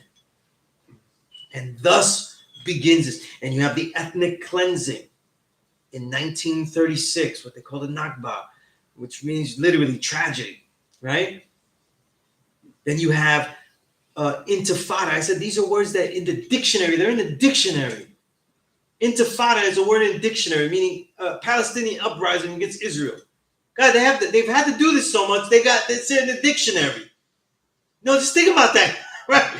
Their particular revolt is so necessary and expected that shit is in the dictionary.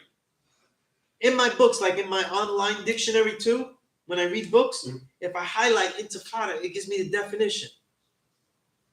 That's the definition. This oppression has been going on steadily, and it's a genocide just like the indigenous here. They'll be okay with it when there's so few of them that they have no real say of anything. And then you can feel sorry that they're destroyed and we didn't mean to do that stuff. But look who's enabling it. And if the major country, there's so many countries that don't vote for this. They vote against this in the UN. But if the US continues to vote for it, what does that say about the US though? It means that if they had to do it again, they would do it again. And they should, that's letting us know how they see us though. Peace, pardon me. Peace, God. That's magnificent. He said for 2 weeks, he said Earth be commenting on it, and for 2 weeks he wasn't online. No. 2 weeks ago, I wasn't. Yeah, 2 weeks ago, I wasn't online. I was only here at the school. Last week, I was not at the school. Okay, my father returned to the essence. So I took, that's peace, God. So I didn't come to class. I canceled class. So yeah, you wouldn't have found me on there. But all the other classes of the last couple of weeks, including now, I'm online. That's peace. I appreciate that. Magnificent. That's peace, magnificent. His Earth be commenting. Oh, okay. That's peace. That's Yeah. peace. Yeah, but that's why I wasn't. Thank you. Thank you, God. Yeah. But that's fine. Yeah. You know. But yeah, we got to get stronger with this though. Right? We have to be more right. We have, like one of the best things that happened to me this week was my oldest daughter actually texting me about all this stuff. You know what I'm saying? She's in college now, right? Yeah. You know, no, she's in cooking school. She's in Culinary Institute of America. She's almost finished. That's P.E.A.C.E. Yeah. So she's almost finished with that too, though. She's doing great. But she's not being radicalized because she's my daughter. They've been radicalized since she was born. God, I used to have her here in a little basket when she was little and just be you know? So, and I've been radicalizing her and everything. But now they're seeing it, though. They're seeing it, though. And now as an adult, you're seeing like, wait a minute. I have to pay taxes and shit. I have to do shit like this. And that means that the monies that come from what I'm doing here, some of that goes to killing those people over there. You know what I'm saying? You know what I'm saying? He goes to Yeah. funding the police. Yeah. And it's not just, if you take in the thing, it's not just Gaza like that open air prison, right? Where they surround, the whole thing is surrounded and they guide whoever goes in there and out. It's also other areas like the West Bank and inside Israel. The people that live inside Israel, divide and conquer. They get some things, so now they're afraid to speak out against it, or else they'll lose their opportunities. And everybody that's in there says, how is the society there? Well, it's a racist society. Does that relate? How does that relate? So the structure is the same, is almost ideally similar to the apartheid state. You know? All right, guys, this question, like, right? Of South Africa. he's saying it like this. He's saying that it's going to be a two-state solution. Right. It was originally a two-state solution. But they always made on Gaddafi, the first leader, Arafat. They made everything on him. But they already seen what they did to him. Yeah. Before he died, they had cut the whole city up in bombs. Yeah. And when the American president Yes. was kissing him in the president, Right, I'm so happy you here. But Israel is not wrong. You're wrong. Right. They say two-state solution, but then they'll say like this is the two-state solution though, and we'll have all of this, and you'll have this thumb here. You know what I'm saying? And we'll take all these 9 fingers here. So they're actually equalizing it. They're like, well, you've done wrong and we've done wrong. No, it's not that. They've defended themselves while they've done massive wrong. It's different. But if the Palestinians say, okay, you know what, these peace talks are imbalanced and we're not even going to do them now, then what happens is that the rest of the world, which has been propagandized, they'll look and say, they don't even want to do peace talks. They're not about peace. So you get stuck in the politics of it. It's a bullshit peace talk, but you kind of get stuck trying to go there. You know?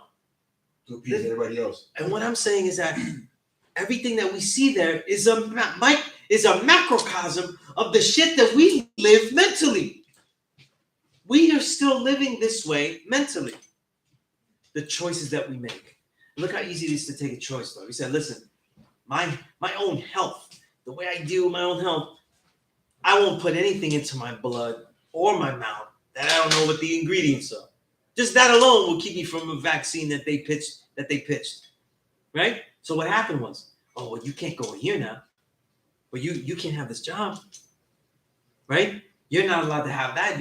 You can't travel. You know what I'm saying? You have a card. Yeah, you can't eat at this restaurant, right? So they could do it just as easily, just as swiftly, because they knew it. They did for a while. Yeah. You know what I mean? I know people that went through it. Yeah. I went through it. Yeah. I went through it. So it's like, this is what I'm saying though. Like, the degrees of separation are not that dramatic as people think. You know what I'm saying? And us as 5%ers though that have this knowledge, we need to be looking at ourselves as like, yo, we need to get on the ball here. Right? We need to keep training. We need to keep studying. We need to keep reading. You know what I mean? The more that we study, the more that we read, the more we're able to find solutions, find the select words, find the appropriate solutions, and build with the young. Because the cipher is different now, God. Right? We can't just walk out the street and find youth. Right? It's not like that anymore. They're inside. They're here. They're online. They're different places. They don't have the same thirst. Right? They don't have that same thirst. It's not the same things. But how do we draw them out? How do we build with them? Right? How do we create? Right? We have to do these things. We have to get into their cipher, though. right? If we told the father, if any of the firstborn told the father, well, you know, I live, we around here in this block, so, but they be on like 120th Street. What would the father say? You better get your ass to 120th Street. Because they ain't here. You better walk down to 120th. It's the same thing. Like if they're online, then let's see what's going on online. Right? We pull them out. It's not the best cipher, but we go in there. We do the knowledge. See who's in there, what's building. We make things, we create things, we dominate. You know? But also, it's like, we were raised different. Yeah. Our consciousness was raised different. It's like, Right. P-90s, babies, are such a whiny bunch of adults. I mean, it's like, I can't even. You can't even, because like, even when they're adults, I don't think, on a spill. Yeah. And when you build with them, like, oh God. Let me tell you a positive, though. Another positive from this Palestinian thing, right? Noam Chomsky, he's Jewish. One of the great linguists, one of the great scholars, one of the great historians. He's written tons of great books on this, among many other things. One of his famous books, his most famous book is Manufacturing Consent. You know what I mean? And it's a study on the propaganda of nations, particularly the U.S., though, right? And how they use propaganda and all that, right? So he wrote on this thing a lot. He's written on this crazy, right? And he said this around the 2012, 13.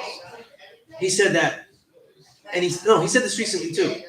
But he said in the 80s and stuff, when I would speak out like this against Israel and stuff like that, being Jewish and stuff, if I had to go to a university to speak and stuff, I had to have like police escorts and things like that. You know, and you can't be in trouble though. You get mobbed up, right? You can't say shit, right? But today, it's the youth sharing all these things. Because they put on MSNBC or you put on the left wing or the right wing, they're all pop media. They're just showing you Israel. You know what I'm saying? And lies too. That whole thing about decapitating babies and shit like that. Yeah. That was not even true. The Harvard students that spoke out, how they destroy them. Yeah. They get banned. They get put on sabbatical. You know what I mean? They lost jobs. Right. But now you see it in the social media. People are sharing this stuff. They're not being fooled. They're seeing the footage. They're sharing the footage. It's a lot of positives. That's the only good thing about this is it can get out faster now. It's much right. You don't need them to tell you like, oh, this is what's happening here and shit like that. You get some eyewitness accounts and flood that. Because that's what happened with Vietnam too. A lot of the activism in Vietnam is because people never got war footage. When they finally got war footage, they realized, man, these wars are being fought amongst other people. Where other people, innocent people live. And that affected people. You know what I'm saying? That affected people. Just like it didn't affect them much, that really deeply, when they threw 2 atomic bombs in Japan. Right? Because people didn't see it. They're 85, they gotta see shit. You know? You get this, we made a bomb that theoretically, because at the time they threw it, theoretically, it was supposed to destroy all the humanity that was there. The fact that Japanese people even survived that is a testament, right? But how wicked is that shit? When they threw it though, it was expected to kill everything. They still threw it though, twice. They do it twice, you know what I mean? But the people didn't see it though. You know what I'm saying? The people didn't see it though. Visuals is real powerful. It was stronger than the old glory. Yeah. We're the moral nation. Moral authority, that's right. Nation. We're the pulse of the world. And what was going on in the States didn't matter. We destroyed Japan. We took down, we gave you voting rights, but we destroyed this country in your name. So be happy about that. You can't speak out against this country. So again, once that visual started coming up, everybody started coming back from the wars to see that. Because all the bombs was waiting by what? By the Germans, the Nazis. All this was being up for war crimes, what they did. They employed them into NASA, into the Space Force, into building the rockets and everything like that. That's right. That's right, yeah. So they turned all the war crimes into prosperity. Yeah. To liberate and straight from the That's right. And And now they import not just the goods, but a lot of scientists and all that stuff from Japan, and they import them here. You know what I mean? Look at we talk about famous scientists that are popular for educating the public, like they make books that are very ready and things like that, like Neil deGrasse Tyson. Mm-hmm. But one of the most famous too is Michio Kaku, and he's Japanese. You know what I'm saying? So it's it's interesting. You know, You said Michio Kaku. Michio Kaku, Michiokaku. He has great books though. Like one of his best books is about the future of inventions, and he breaks it up with which is most likely, not likely, and what could be possible hundreds of years from now. A lot of those shits have come to be already. You know what I And mean? he has a perfect way of speaking to explaining it. Yes. He does not make it too hard. He makes it so This simple. guy's a super genius though. This guy in high school, in his parents' garage, built a hadron collider. That means atom smasher. So he in his parents' garage. They say he took out the whole block, the lights. You know what I mean? That's genius level shit, yeah. Like, You got people to do all that shit. right? Yeah, like Let's go. What the hell? yeah, that's crazy. Like to even make that in there. You know what I mean? But what happens is that you take Peace to him the away- God. I see sin there. You take him away from his people. You document into this society. You know? That's what they do. They take the brightest and the best that we have. That's right. And make them not chase Yeah, money, yeah. make the person they work Yeah, for yeah. chase a dollar. The magic of America is the ability to assimilate others, to conquer and then assimilate them in. You know what I The mean? board. Yeah. You know? And all of us are like that in different ways, whether it's colonization, slavery, other things. It's an assimilation process of some sort that is a result of conquering, you know? And the thing is, though, is that conquering never ends, though. They never end because they have to conquer every generation. That's why Father said the babies are the greatest, though, because they're the next unconquered peoples. No matter how much poverty, no matter how much hell a child is born into, they are the next unconquered generation. And if they get the knowledge of self, though, then they you know. But what comes with that knowledge of self, it has to be a lifestyle of warriorship. The mentality has to be to constantly be getting greater, constantly be developing yourself. And like I said, at you're in a young age, developing those principles of what you will be, what you will expect, and what not, because this is a world of contradictions, right? That if you don't develop your principles, will have you living hypocritically. You know what I'm saying? Will have you living hypocritically. So you have to have your principles where you will say yes and no to beforehand, preemptively, right? It takes work. That's why we look at the degrees. We try to understand, well, how does that mirror into my life? Not just the simple ones, right? That makes sense, like word is bond, right? The 11th degree. But the other ones, like, what is this social equality, right? They keep us from their social equality. But the assignment is also, what is my social equality? And what do I keep for myself, right? This is how you take it to yourself, too.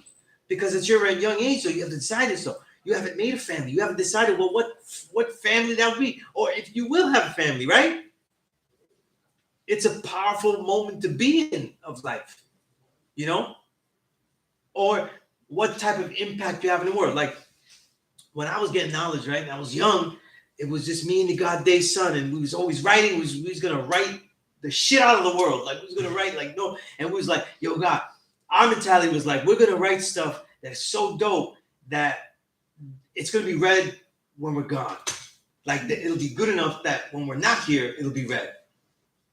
Well, that changed my mentality though, because then I wasn't just writing about today only. I was writing things that could stand the test of time.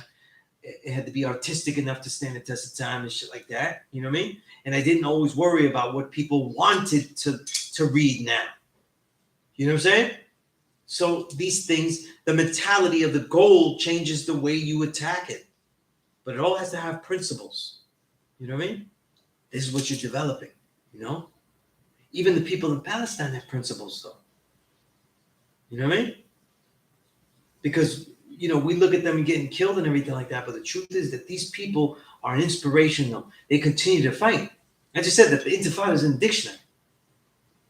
You know, these people have been bombed. They take it. It looks like they take it though, because you know a lot of it you take it, but they continue to have people fighting, throwing things, doing things. Yes, they did some foul shit, right? Hamas though, they took it too far, right? Anytime you've taken it too far when you do devilishment against devilishment, that is never. Some people say that the Jews from the Hamas.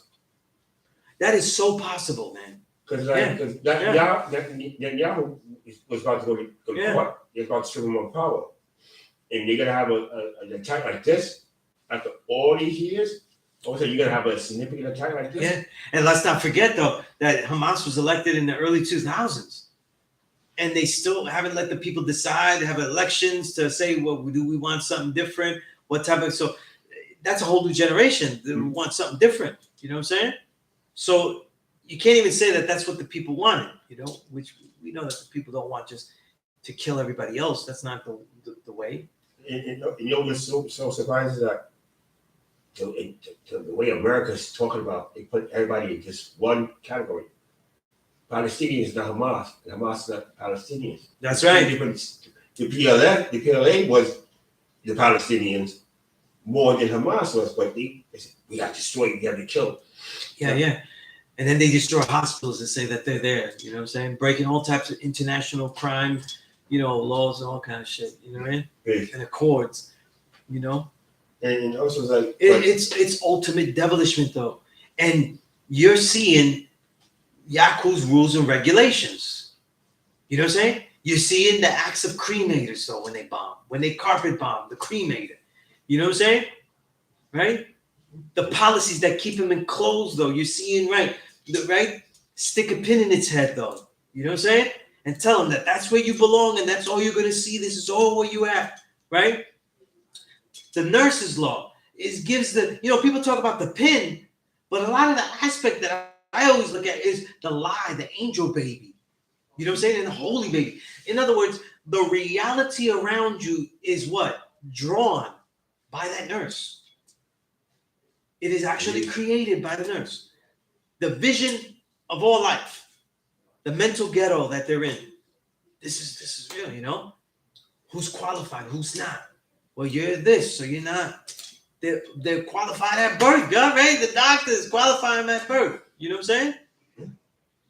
you can even see it happening in Africa with Putin. You're joining the BRICS nations. The Americans Africa's like, yo, we don't want France here no more.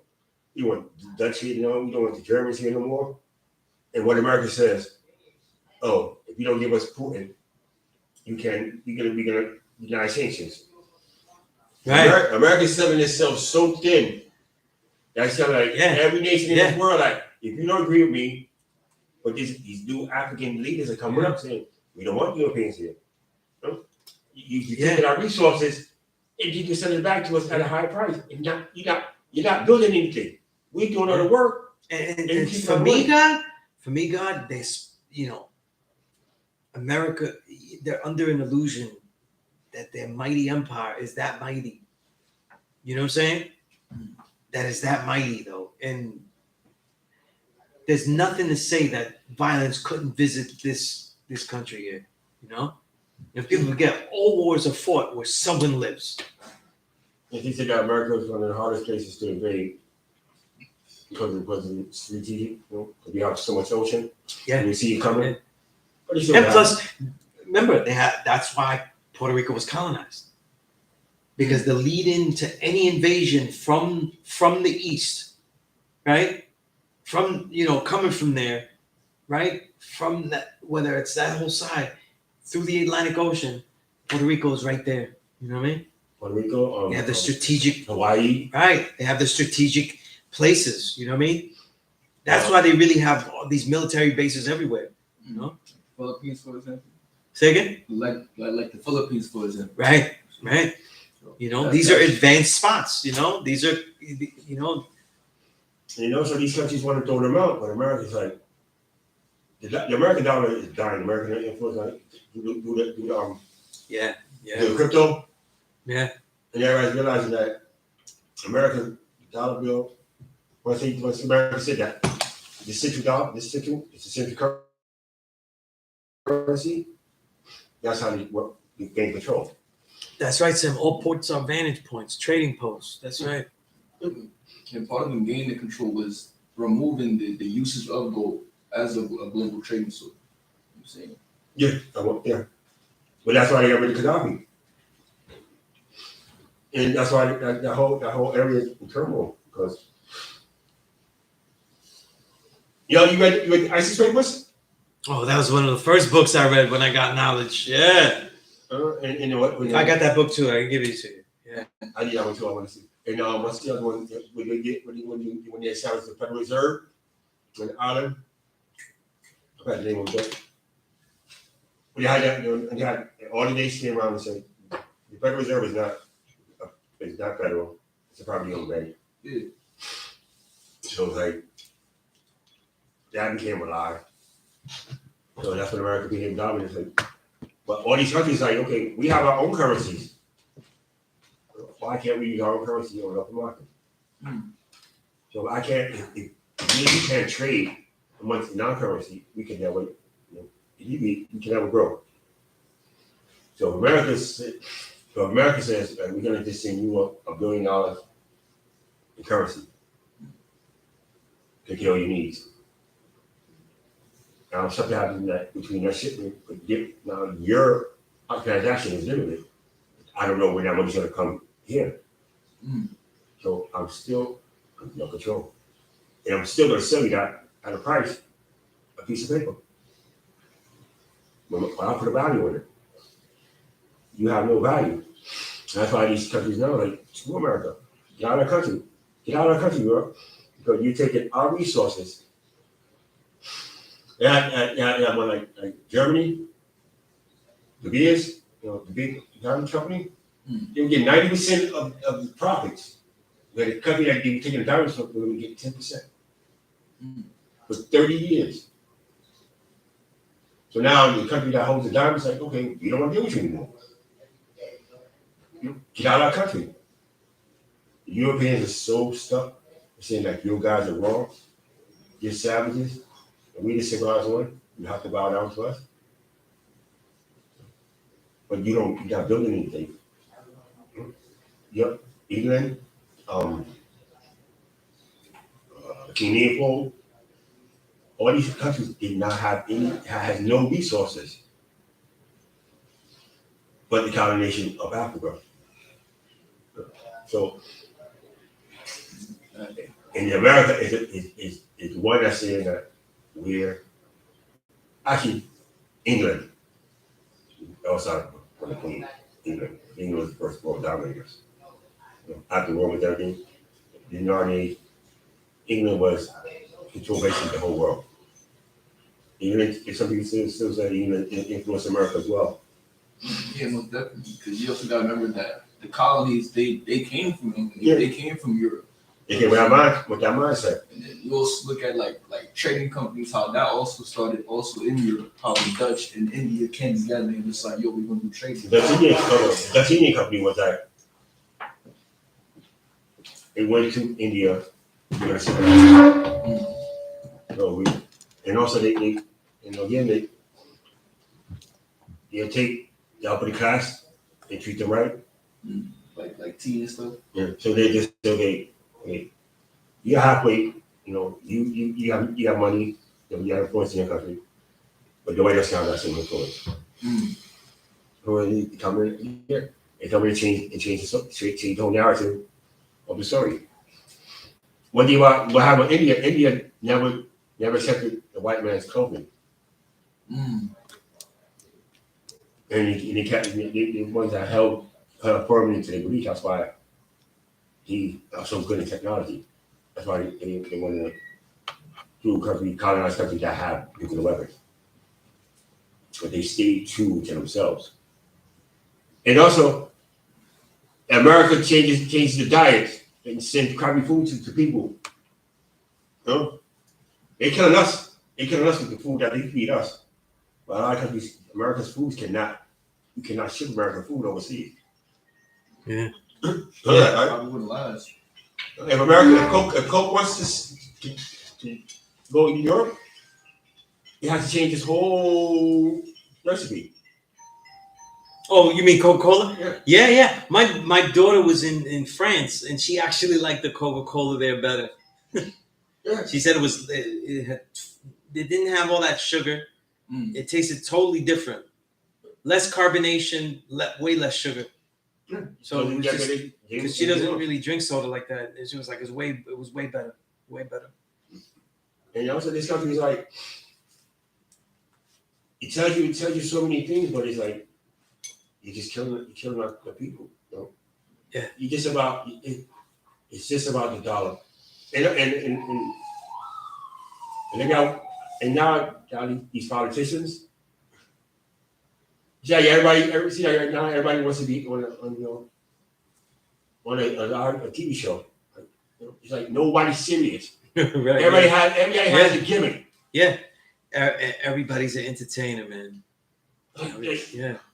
Like you're not doing nothing. You're not doing nothing. You're not doing nothing. The code be like that's supposed to be for people like we tired of Democratic Republic. We tired of Democrats. We voted for 50 years. Yeah, I know. So I don't know if your parents say that. You know, we're Dominican. We're a Democratic Party house. We don't vote Republican. But if you look at everything, they come and talk to us every year and give us nothing. Yeah. And that's why we like the devil. See, since Bill Clinton, to me, the Democratic Party has expanded from just being a party that didn't give you much, right, to really just being as devilish. Because that's where you get with Clinton is where you first start to see the phrase, where the only way to describe it was blue dog Democrat, meaning a Democrat that is very, very pro-business and pro-corporations, shit like that. You know what I mean? But now that's like not even a term used anymore because they all are.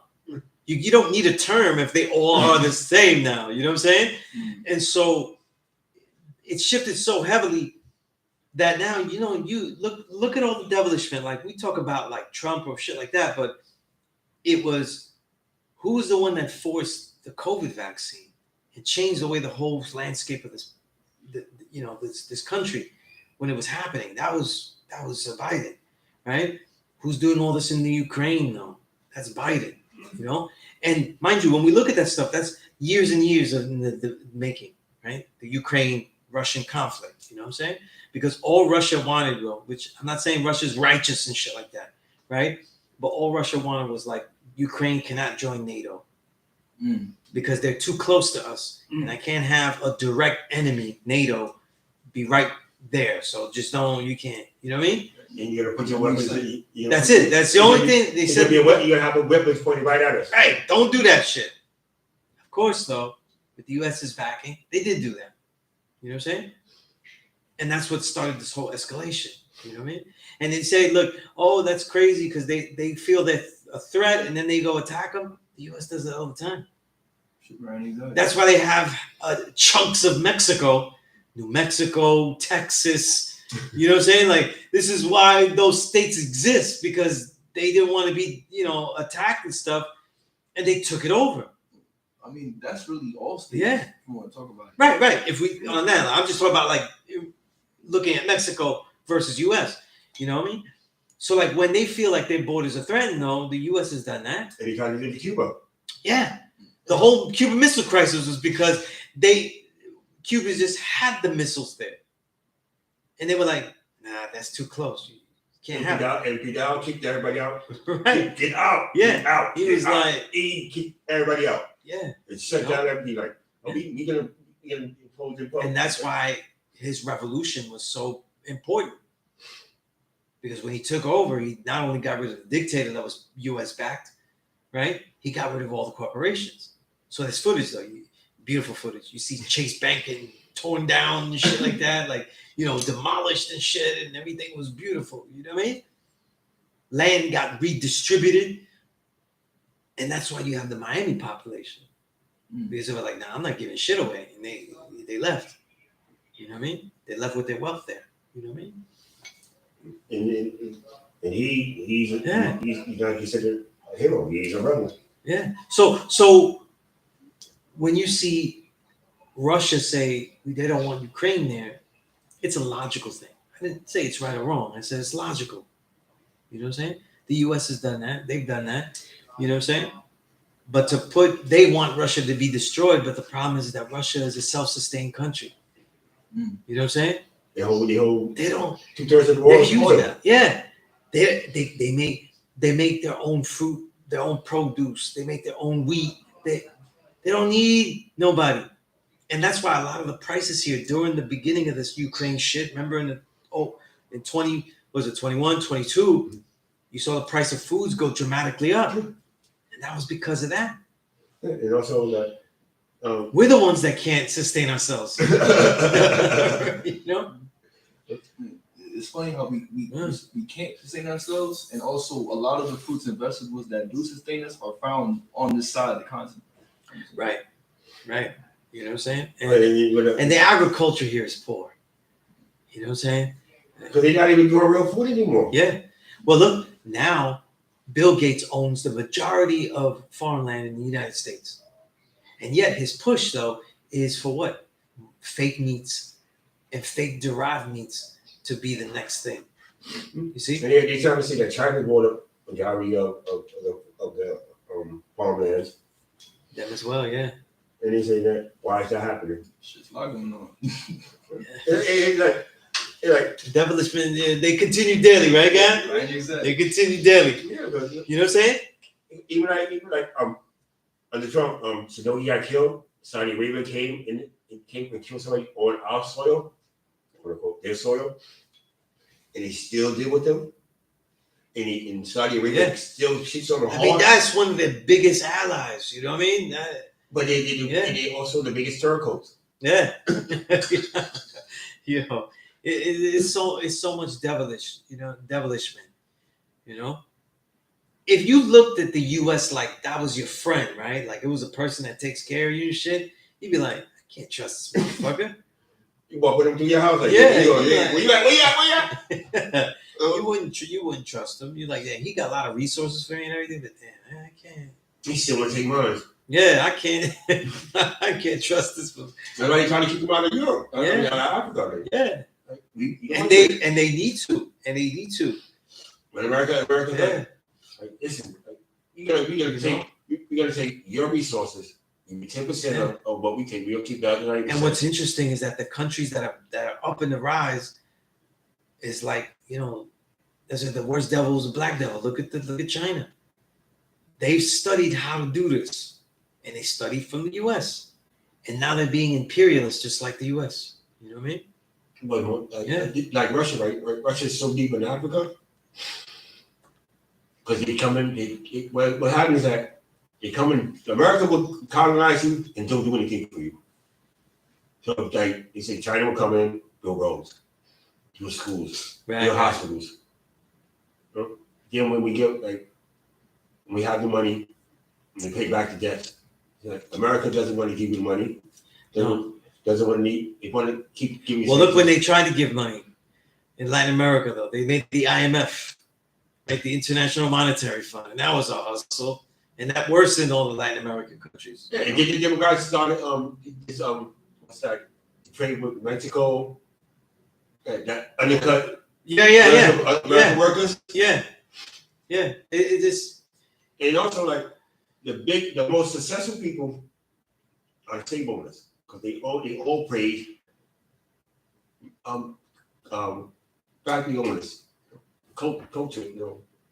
They all praise those big bosses, like Bill Gates, everybody like that. Yeah. But they treat their workers the worst. That's right. But they get the most praise. Like you cannot talk how you is that. If I'm paying you. Yeah, talk about and that's why I got like the thing is, right, is that all of the conditions we think we survive are happening everywhere, and our reality is integral to it, right? So like not just Palestine, say, that's just because they want that and it has nothing really to do with us, even though they do shit like that to us. But look at our phones, our technology, right? Technology and how it's powered by cobalt. Electric cars being the future, cobalt. That's all coming from Africa. And those minds, though, are the most oppressive minds you'll find. That's slavery to the highest degree. Yeah. And other original people countries bloodsuck on the lesser levels by being the ones who carry it out, the ones who ship it, the ones who go get it. Because they don't even go in and get the shit. They have other people, Indian companies, go in and they get the shit. And then they take it and then they bring it. You know what I'm saying? And also like they destroyed like let's say King Leonardo. You go that far back. When he was the old white spoke out against him, he thus sucked the land dry. And after all this, he said, "We don't we gotta give you some type of recognition." But he's considered a great king.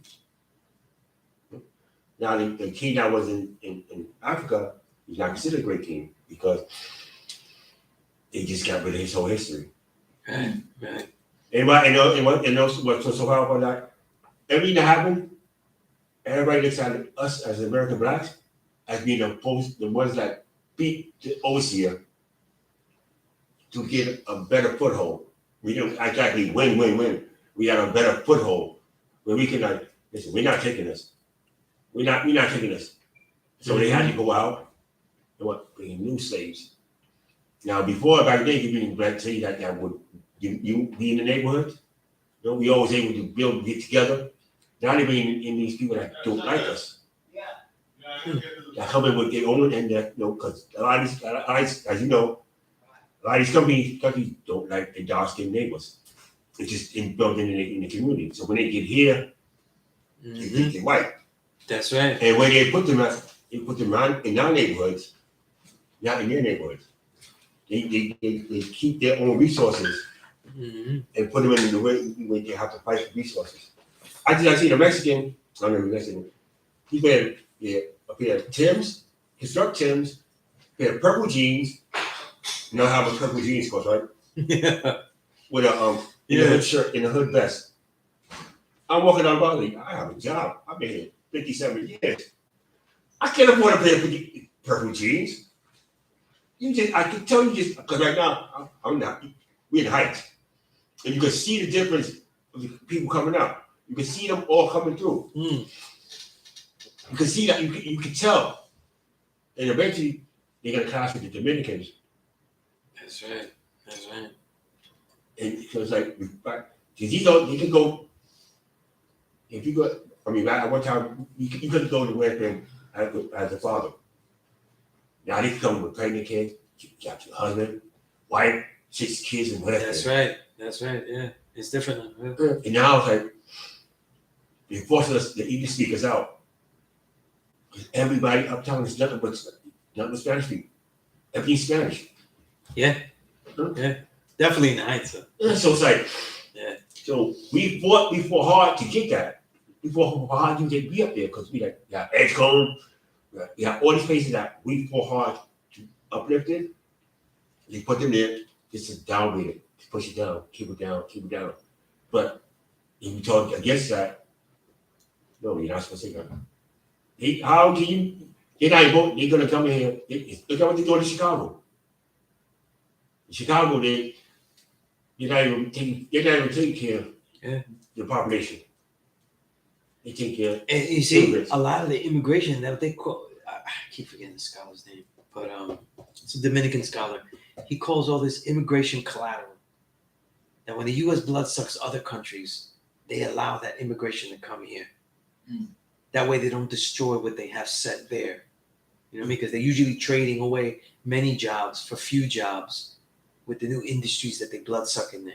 So where instead of having those people mob in the cities and destroy what they're doing in the cities in those countries, so they let them come here. You know what I mean? And it's the origin of most of the migration, whether it's Puerto Rico, whether it's Dominican Republic, Mexico, or anything.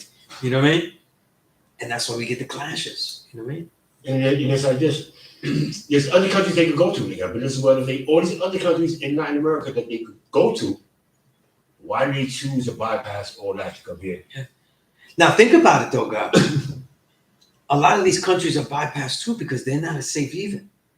And if you are trying to escape U.S. blood-sucking colonization and everything like that, going from Mexico to Venezuela might not do it.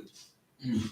You know what I mean? You know, going from Mexico to Nicaragua is not going to do it. Or going to Guatemala is not going to do it. So they got to make that big jump. You know what I'm saying? It's your people. Yeah. It's your culture. Yeah. But you're gonna come in and get everything free. Yeah. And we get nothing. Again. Yeah. We love the devil because the devil gives us nothing. Yeah. You know, it's like, in Chicago, people 99%. See, and they want us to see all that. You know what I'm saying? They want us to see all that. They want people that, you know, they want us to see other people get things that they need while we don't get what we need. They want that clash. They want that to happen. You know? It makes a whole crabs in a barrel mentality even more potent. Yeah, and they said the Ukrainians, they get Social Security, and now they could come out here to be cops. Oh yeah. Well, you know, yeah, they've always had Russian and Ukrainian,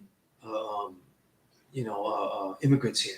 Yeah. You know, But they were quiet. See, I grew up in Sunset Park, right?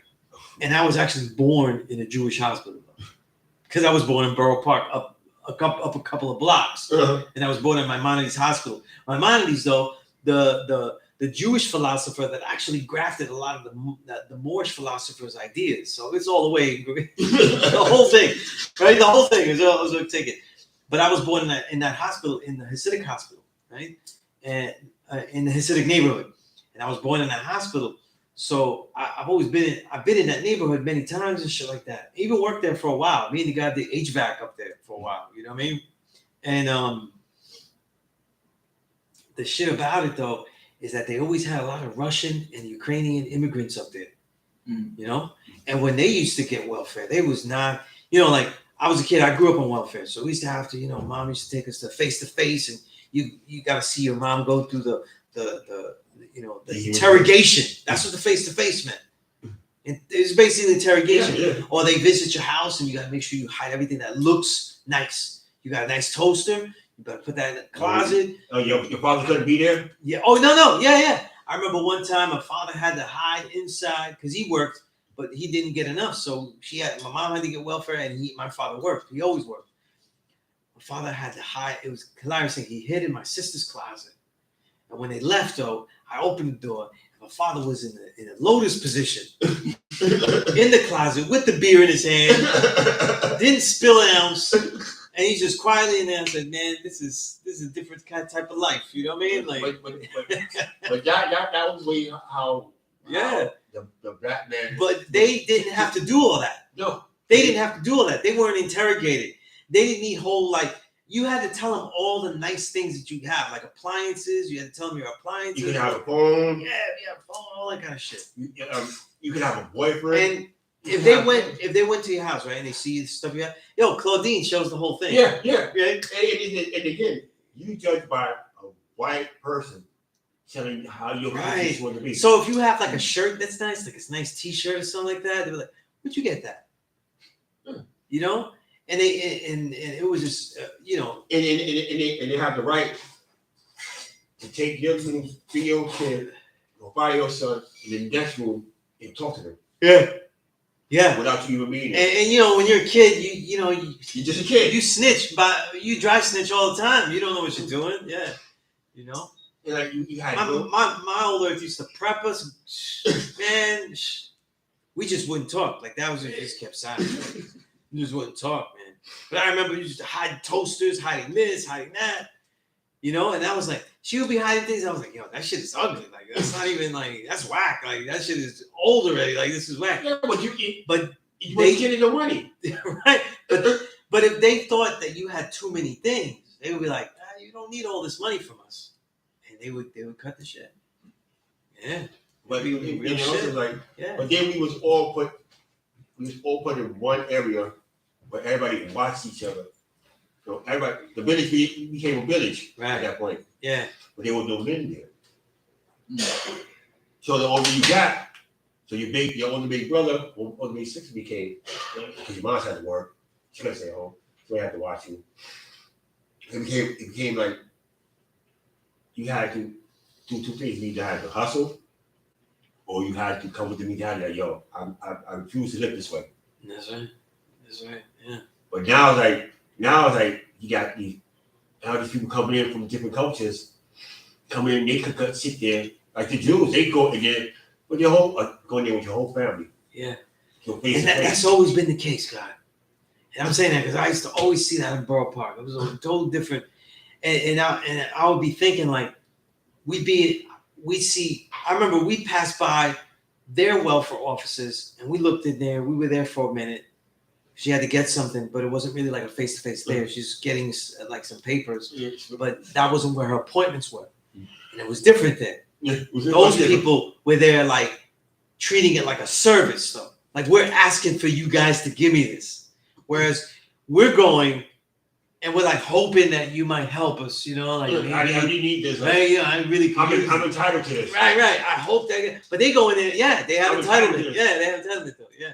Yeah, I seen that one day, a couple of years ago, like, when they coming in, arguing, and they sat down, they would sit down and calmly talk to them. But as soon as your mom's made two say, yeah, Oh, come back next week. it was almost like, you know what it felt like? Like it was almost like contempt of court. You know what I'm saying? Like when you, because that happened to me in family court. You try to say something, and they say, you can't really speak right now. You know what I'm saying? Like it's like that. Like you really have to. And you could just see like It's totally different, God. Yeah. and like and also like they say like now the hospitals are being But see, the overrun. thing is, God, right? I'm telling you this though, right? When they do this to original people and they give them the welfare easier that are coming in, these immigrants, Mexicans, Dominicans, whatever they are, right? It's a different strategy of using welfare, because the way they use welfare when we were young is different the way they used it ever since workfare. Yeah. You remember workfare with Clinton when he did that shit? He made you go work and shit like that, and then when they put it back in, they put it back where they're really going to manipulate its use of dependence. You know what I'm saying? And get you dependent on it. And then they can just exile you from it. It's a different strategy. Like they embrace it now. And now they want to make it harder for people to get it. Yeah. And the Republicans and that, Democrats voted for that. Yeah. But they're going to come and tell you again, we're fighting for you. That's also, listen, the future here. That's also something for the 15-minute cities, the future cities where what they call 15-minute cities, where everything is going to be basically all everything is going to be connected digitally. The whole city, everything. Mm.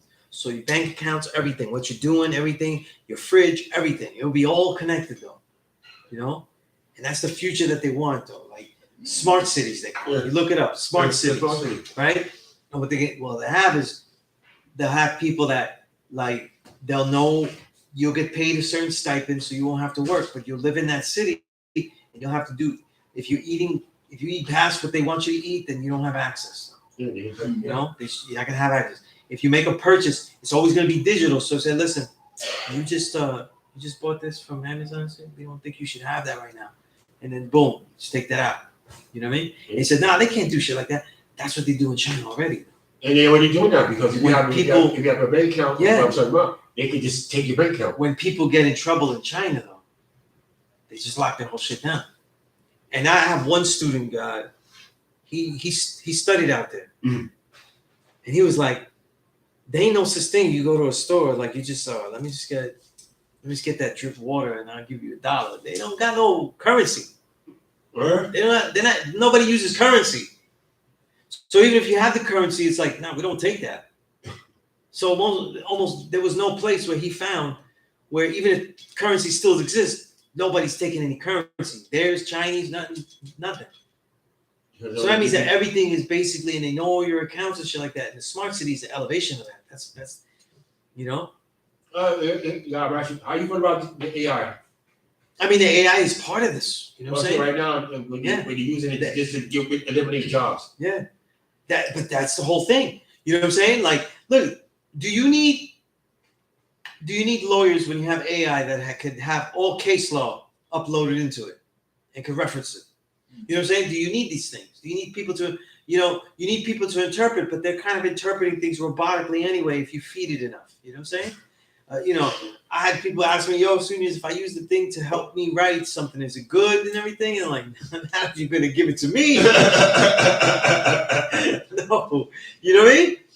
But it takes away a lot of originality.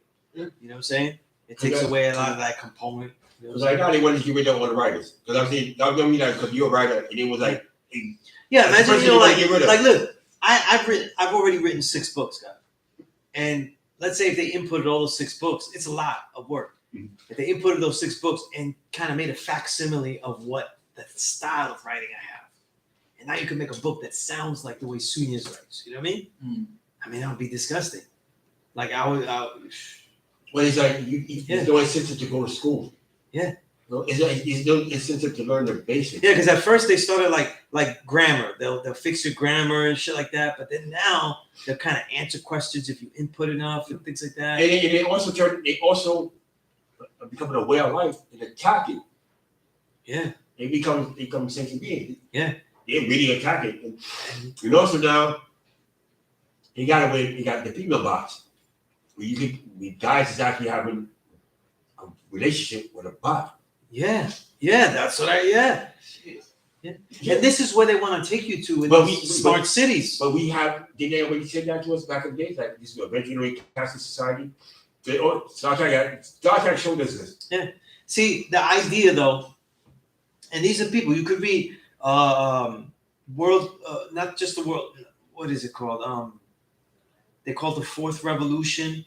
I forgot the organization, but if you look at Klaus Schwab in his books, he wrote this at the beginning of COVID. It came out, so you're thinking like, wow, no, he's analyzing COVID and shit. This book came out like in fucking June of 2020. Just think about that for a minute. The COVID reset. He wrote that. You know what I'm saying? Able to publish it. That means that he only had a couple of months beforehand to even think about this. But this whole idea, and that's why the vaccine is important, because the vaccine was totally different. It was a technology. It wasn't just a vaccine. It was technology. You know what I mean? The chips. Yeah. It's just the whole thing. You know what I mean? And if people are so willing to put something they didn't even research or know the ingredients of, they can be susceptible to other stuff, you know?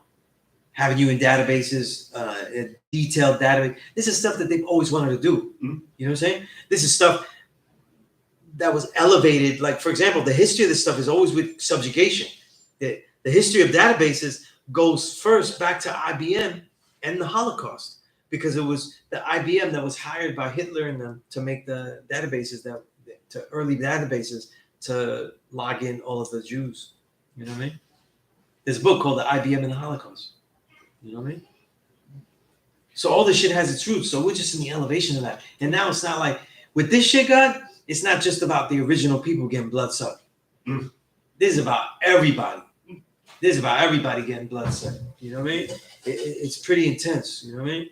And also, but Yeah. we the ones that, but again, we was the ones that fought everything. Yeah. Fought. Everything. We fought everything. Yeah. We fought everything. Yeah. Every conference that came out, the moral compass of America came to the black community. Whenever America had to really become moralized, he had to come and deal with the black man. See, and I think that if our people don't fight against that, this shit will get in. You know what I'm saying? This shit will get in. But that whole vaccine experience, though, COVID vaccine experience, though, with the mRNA vaccine, is the precursor. I mean, if you say from the Tuskegee experiments, Yeah. well, Yeah. They have always explored And this is on a larger population. You know what I'm saying? Yeah. Larger population, you know? And it's also being promoted as well. It's not just like, Absolutely, yeah. You know? like that's why, like, when I found out about the Tuskegee experiment, I'm like, this looks exactly like that situation playing out just on a large scale. Yeah. Like, it's worldwide. You know what I'm saying? Yeah, isn't it the same? It's the same thing. They didn't know what was in it. Nobody knew what was in it. They said it was mRNA. Now they have studies now that this guy, and I can find this for you. I have all this information. But he actually, analyzed it. His geneticist, though, he analyzed the mRNA vaccines, and he found that there wasn't just RNA in there. There was DNA in there too. Mm. There was human DNA in there too. You know Yeah, what I mean? it's supposed to be a God killer. And the thing is that this stuff don't work like that. You know, mRNA is, I would just put the mRNA, it's just a messenger in there. That's not how it works. You know what I'm saying? You're just going to message your body when it needs to fight and shit like that. That's why people are getting sick, because the thing continuously keeps sending messenger RNA. It continues to work, but not in that way. You know what I'm saying? And no matter what, it's far into the body. It's far into the body. Or this one, you gotta keep taking that, because you gotta keep taking a flu shot. All of this, And there's so many shots that you gotta keep taking because nature always improves, always rewrites itself. But every single flu shot that ever existed is a guess. Is a guess of what they think is gonna come. They don't know what's gonna come. But the hospitals are not. They don't know. They don't know how it's gonna mutate. Like what type of flu, all that kind of stuff, you know. But they, you know, he has a book on vaccines now and all the research that's done. RFK Jr., who's running for president, but his book on the real Anthony Fauci give a real good history. You know what I'm saying? And a lot of this history is because of the Rockefellers and their switch from focusing on holistic medicine. Before the 40s, though, there were holistic doctors everywhere. Yeah. You know what I mean? But after the 40s, though, they started Rockefeller had people concentrate on the drugs that were being made and the business of the drugs. They make through oil. Yeah. And all the ways. Right, yeah. And using all this, you know what I'm saying? That's where chemo comes from, you know, taking bioweapons, weapons that were used and saying, how can we use this in the environment though? Roundup and spray, right? Those are all chemical weapons that they just used for crops. Agent Orange. Agent Orange. That shit became fucking crops for crops, you know what I'm saying? To pesticides. But we're the only country that uses those pesticides. Yeah. Just like we're the only country that doesn't label GMOs. Now, you know, when you look at products now, they'll label something, but non-GMO. That shit is in like tiny print, like all the General Mills stuff, General Mills cereals, all those cereals, the basic cereals you see, Cheerios, all of those. If you get a Cheerios box and look at ingredients, right? You go down in there, there'll be a thing that says contains this was made with bioengineered products. Mm-hmm. But that shit will be in such small print that it's really hard to read. Like you have to really like you gotta look twice. Yeah. But also we found out during the pandemic that there's no competition in those fields. There's 3 basic people making food. Yeah. It's only 3 companies basically making food. Yeah. And growing food and controlling what we eat. See, the thing is though, is that people like Monsanto, to make the GMO seed, when you make a GMO seed, it doesn't grow again.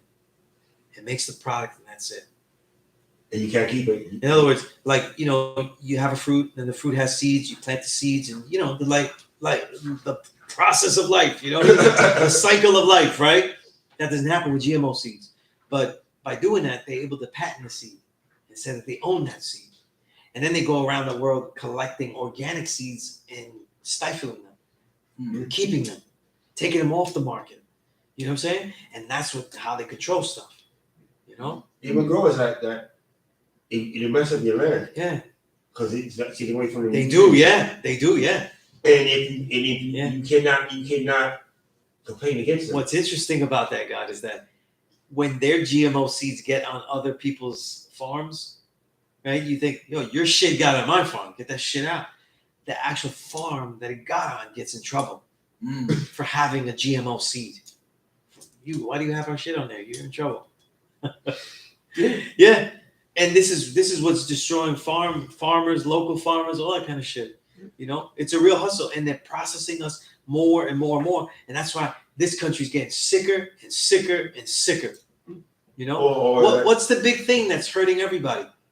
They got stomach problems. They got this. Everybody has cancer. Everybody's microbiome is no good, right? Because they use Roundup, right? And that Roundup, though, is something that Monsanto found that when they planted something, it stopped everything from growing except that one weed. And they were like, wow, this shit is like a death crop. Nothing else grows except that. So they started to spray that on shit, not knowing that it's getting embedded in there, and we end up getting that, and it destroys the microbiome. Your body is filled with bacteria. You know what I'm saying? All types of microbiome lives in there, and that's what lets the synergy between all life that goes in, the plant food, the light food, and the way it digests. Most people's, when they eat these processed foods, their microbiome is being destroyed, and that's why they get cancers, all these things. You know what I mean? It's crazy. And the hormones changing. Yeah. It's like, again, like only a certain amount of, there's no competition. And if there is competition, it's priced so high. Yeah. No, it's so negative press on it. Yeah. That you don't want to use it. Yeah. That's why, like, in the diet, God, every single processed food that you can not eat, right? Or lessen the amount of, you win slowly. You know what I'm saying? You win slowly. You know? You start to take more vitamins, more nutrients. You know? Start to take chlorophylls, right? Start to eat more salads. You know? Try to buy organic when you can afford it. You know what I mean? All of these things slowly but surely get you back. Because what they want you to do is have every single thing processed. You know what I mean? Everything processed, you know? And it's like you remember that the Muslims when they came out, they had the steak and shake all these good spots, we had good restaurants. Yeah. They got rid of that to make fast food places. Yeah, everything is fast food. There's nobody's cooking like a home cooked meal restaurant. You don't find those anymore like that. Very rarely find those, you know, where people make stuff like that, you know? And then even when they have restaurants that are their own restaurants, they're usually giving you stuff that's processed too. You know what I'm saying? Everybody's battling the same thing. So mom and pop restaurants are just lower level fast food restaurants. You know what I'm saying? Yeah, It's They use the same barbecue sauce you find in Target. yeah, it's all the same. Yeah. even if they make it themselves, some process has been changed. Yeah. From the distributor. So you may say I'm keeping money real, but I may change the nutmeg. What I'm doing, I make it cheaper nutmeg. Yeah. I change the whole dish. The whole thing.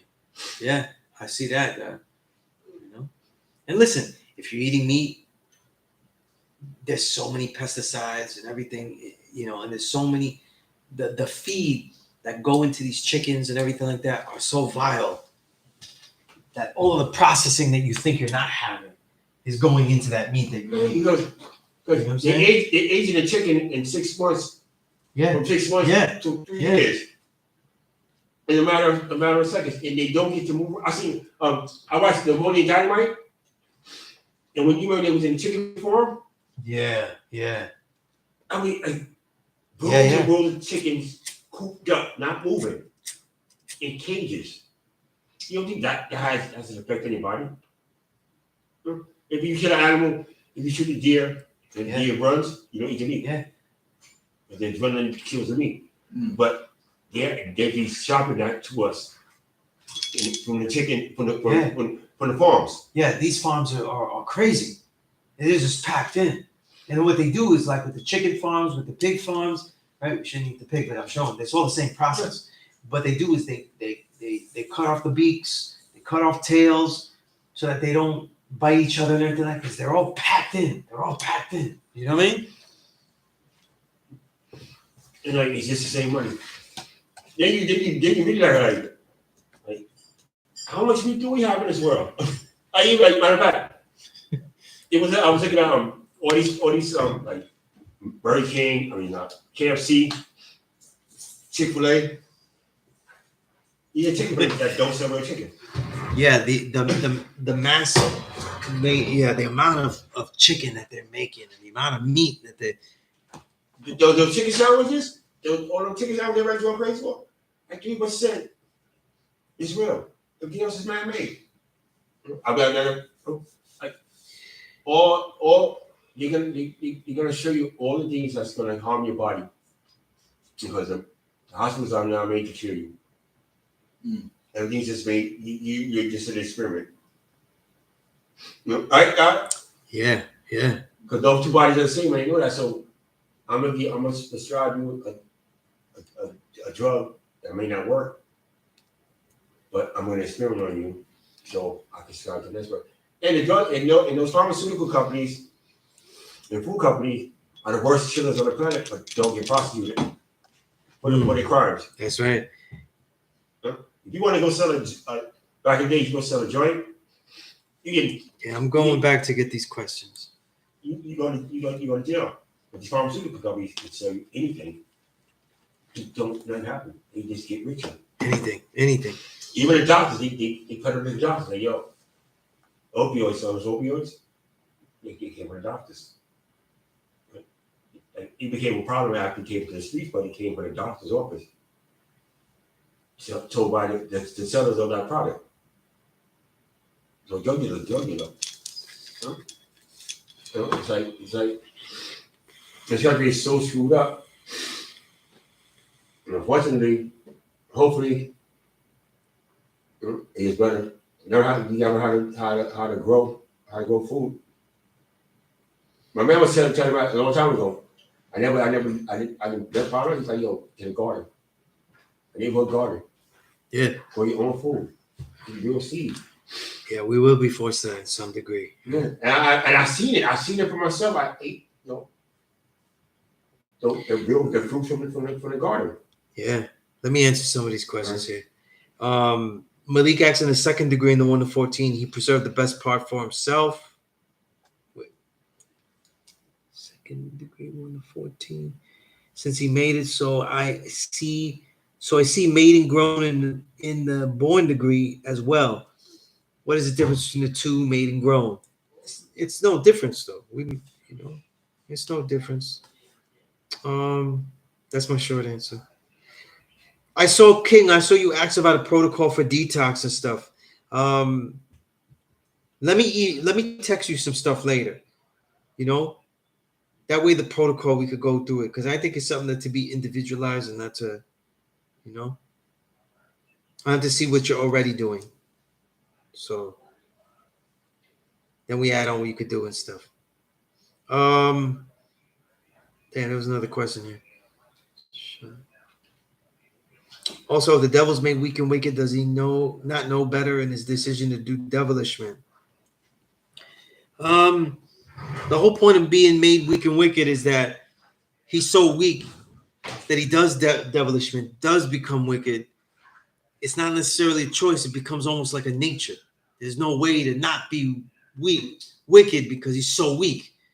You know what I'm saying? That's what that means, When you're put in a position of such weakness, it's just your nature. It just becomes your nature. That's all. You don't have a way to thrive and survive. You know what I'm saying?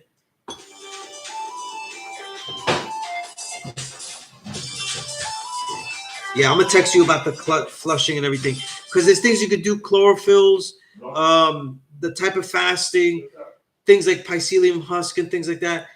But it's how you put everything together and what you're doing and everything like that. You know what I'm saying?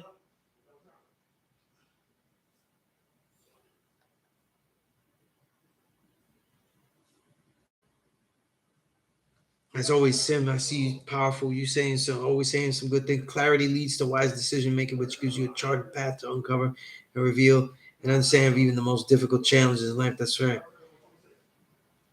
All right, let's see. Good builds here.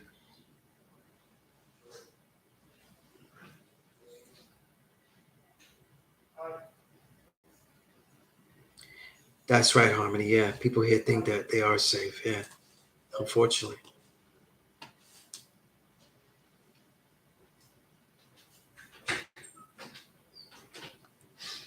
Okay, Harmony. You asked if I had a book called "A Slave Ship Called Jesus." I don't have that.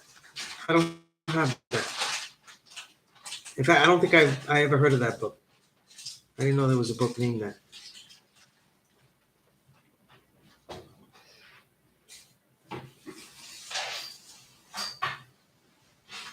You got. Peace to the God. We got yo, send me some stuff. Email me some stuff, God. Indeed, God. Yeah. I'm still on the path of the martial arts still. Yeah? All right. That's what's up, God. That's peace. That's peace. Watch Scream a lot. Peace.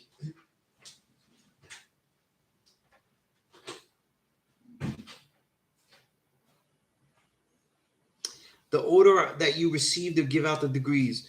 People usually, when people argue about the correct order, they always say 1 to 10, what math alphabet, 1 to 10, 1 to 14, 1 to 36, 1 to 40, actual and solar. I got it. One math alphabet, 1 to 10, 1 to 36, 1 to 14, 1 to 40, actual and solar. I don't really argue too much about it. I do it at the way I was given. You know what I'm saying? Some people argue the 1 to 36 has to come after the 1 to 14 because of the way that things were written and the histories. I don't necessarily agree with that as like an absolute, you know. But yeah, I think I ran through everything. A lot of good stuff here. Love the conversation here.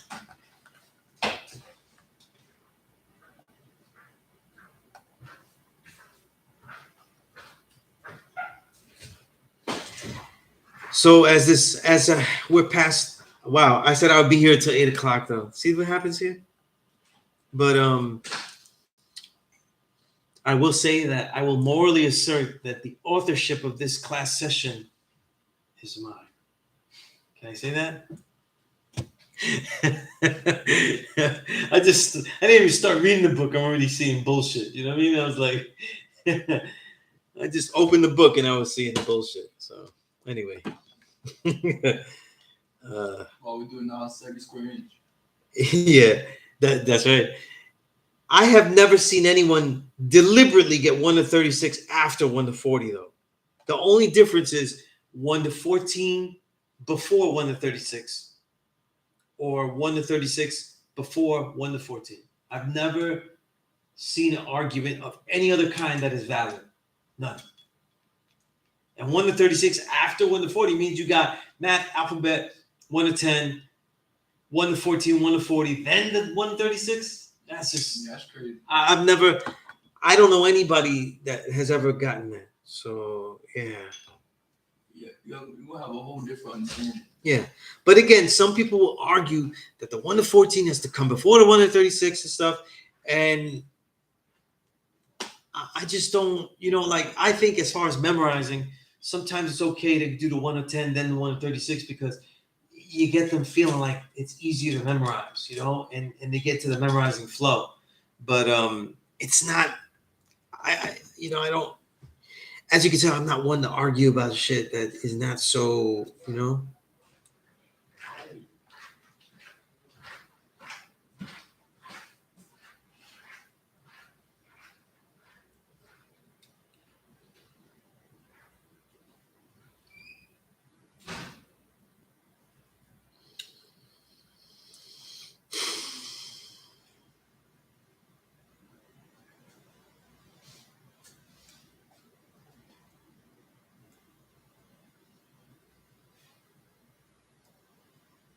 I figured it said peace, God.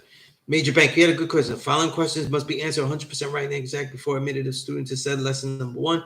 Which lesson is said number 1? Where is that said? Because there's your answer. You know what I'm saying? Where is it said that?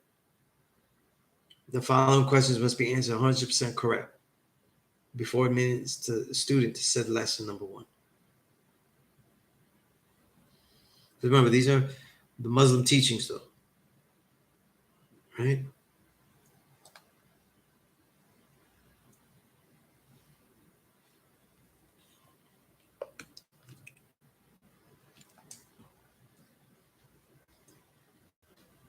Right. At this top of the student enrollment, right? Now, for us, though, how do we see it, though? Now, this is something that, like, after a while, the student enrollment, though, when we give it out, though, it don't have it, though. Okay? So that's the old school, though. Like, that's copied straight, like that wasn't something, from what I know, that's not something that the father said, I'm gonna write this on the top. That's something that they had. Mm. And it just kind of got duplicated in a thing. You know what I mean? Right? So if it's a Muslim, if it's an NOI thing, then a lot of that has to do with what they was teaching though. You bear witness, you get your X, whatever they had to do to get that X or whatever like that. You know what I'm saying?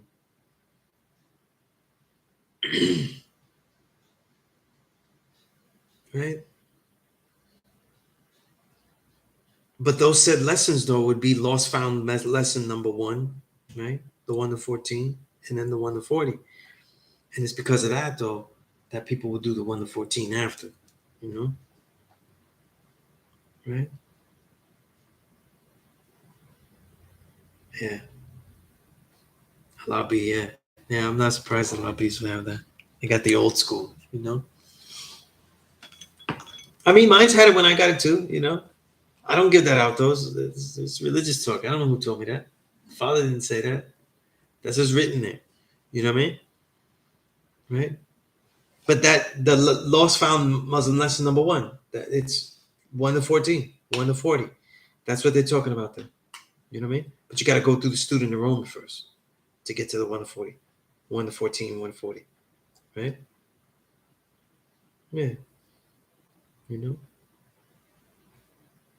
But what I'm saying is, though, is that not, you know, that's not like the essential part of the student enrollment. You know what I'm saying? That instruction is something that was already there. You know, that's not an instruction that was deliberately written. You know,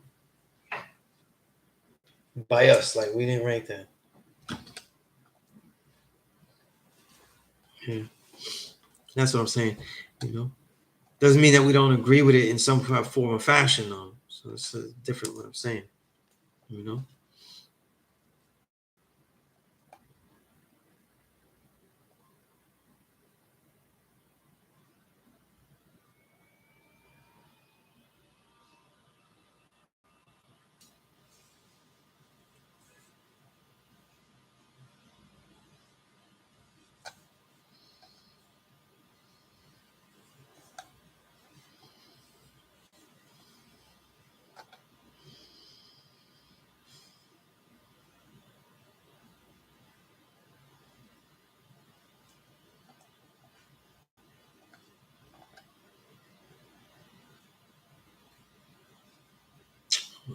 Okay.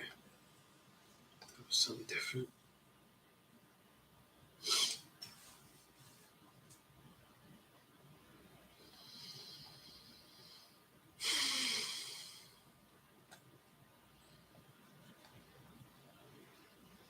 That's peace, harmony. Appreciate that.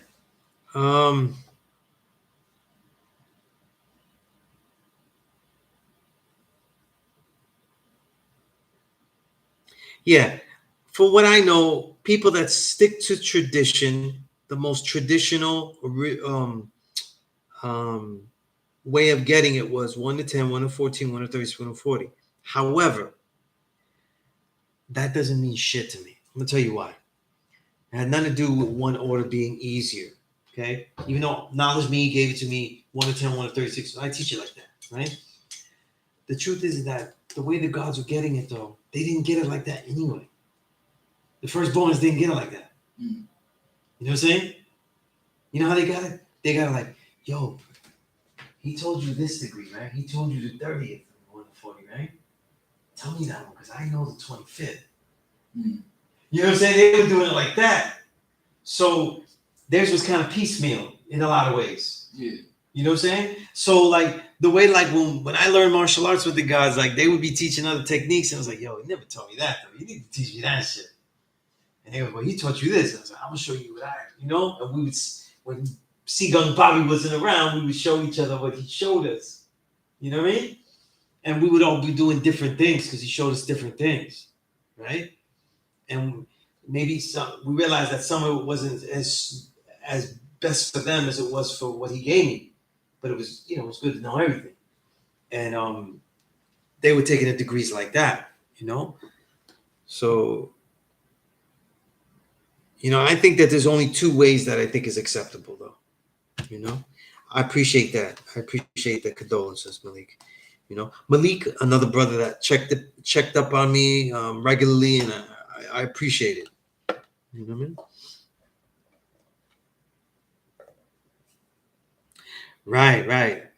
Right.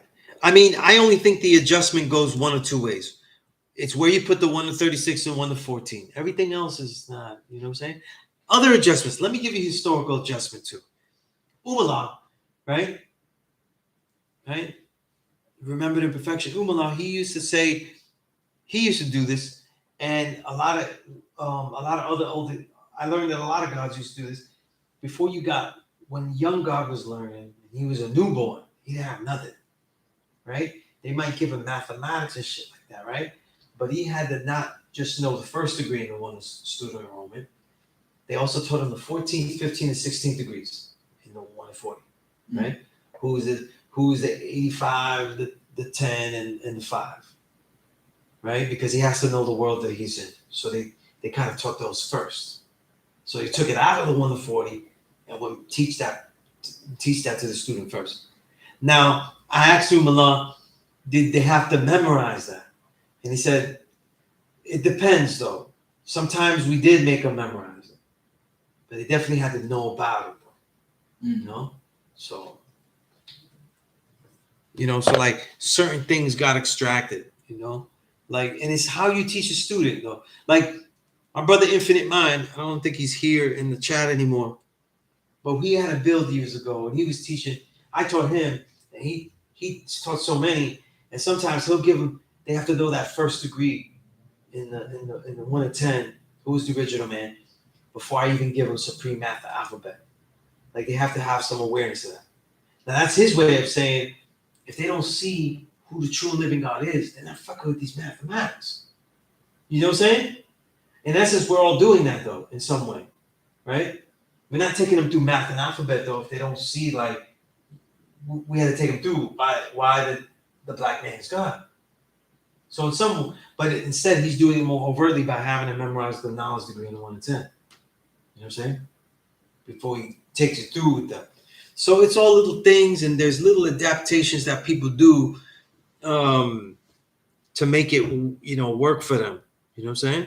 But if you talk about bulk order, like how each set goes, if you do it like that, I've only seen 1 to 36 and 1 to 14 get flipped. I've never seen anything done differently. You know what I'm saying? I've never seen any difference. Somebody teaches you 1 to 40 first. I'd be like, what the? Like, that would be it would be confusing, actually. That's too heavy. You know what I'm saying? It's too heavy to start with that. And there's things inside the 1 to 14 and the 1 to 10 that you would need to know, you know, that make it so much easier when you get through the path, you know? So, have you ever seen anyone get the actual facts and solar facts first? No, never seen that. Never seen that. They may see it. You know. I mean, the solar facts is not much of a mystery. You know, you can find that in Wikipedia. You know, it says the distances of the sun, the sun to the planets, each planet. You know, so it's not really like, you know, yeah. Having a 1 to 40 first though would be like, it'd just be a bad teaching method. Appreciate the condolences, guy. Yeah, it definitely would be. Yeah, that would be right, Harmony. Another thing, yeah, fast before the knowledge, you know. That's if you have the students around you and shit, you know what I mean? Like, I've always had to have a different way, because most of my students are in the classroom. They're not coming home with me, and not all of them are going to live in the same very rarely do they live in the same neighborhood that I'm living in at the time, right? Because I lived in Medina, I live in Savior's Island now, so like I lived in P.E.A.C.E, so like they don't. I live in the Heights, so I never lived in the in this area, like sleep here. So I go, yo, you gotta do this type of fast, this and that. How am I supposed to test that? You know what I'm saying? Right? Somebody get bullshit. Yeah, you look hungry. That doesn't mean that you fasted. You know what I'm saying? Like, well, how do I test that? Like, you look hungry. I don't, right? So a lot of times, like, there's all the markers and stuff. Of course, I always suggest this is what you do, this is what you do, right? But God's, when they did the fast, it was a little different because they were able to be with them right there. Like, yo, you know, you're actually not eating. You know why? Because you're with me all day. And you're not eating. You know, you're not eating. You know? But they did fast back then where they was just like coffee and shit like that, like things that you wouldn't advise though in the fast. But they were doing it though. They were doing it. You know what I'm saying?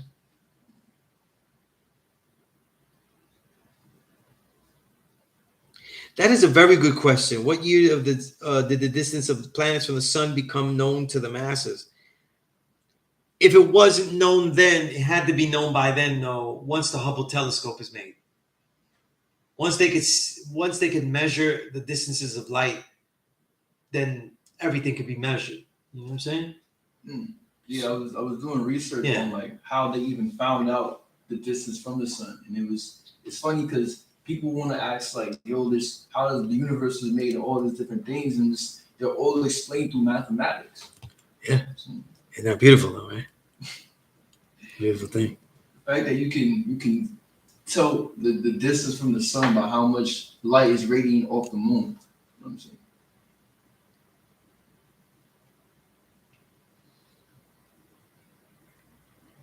So like, you can measure the universe from the seat of your chair. Yeah. Well, you know, God, like anybody could get anything first. Like you say, some people got the solar and actual first, and they got it from somebody at the mosque. They have extended solar facts. I mean, not solar facts, actual facts. Theirs is longer. People get any order though. Like when I say who got it though, I'm talking about people that are official. You know, I'm keeping it real. Like I'm talking about people that firstborns, first fruit. I'm talking about them, you know, the ones that I know. You know, I'm not talking about like some, some God that got it, he was locked up and he was giving out like this. I'm not talking about that. I'm talking about the way our elders that made this, you know what I mean? That made this, how they was doing it, you know? Everybody else that made mistakes, that ain't part of the fucking history, you know? What was the book I mentioned about inventions? Oh, that's Michio Kaku. Yeah. He has a book now about quantum computing, so I haven't even started to read that. You know? It's over the head. No, I'm ready for it. You know, I'm not reading it though. It's because I was like, I read too many Michio Kaku books. I'm trying to read other people. You know what I mean? Like, that's the only reason I'm not reading it though. You know? Yeah. It's like when I listen to too much Phyllis Hyman though. It's my favorite, so I just listen to too much Phyllis Hyman. I gotta listen to other people. You know? But yeah.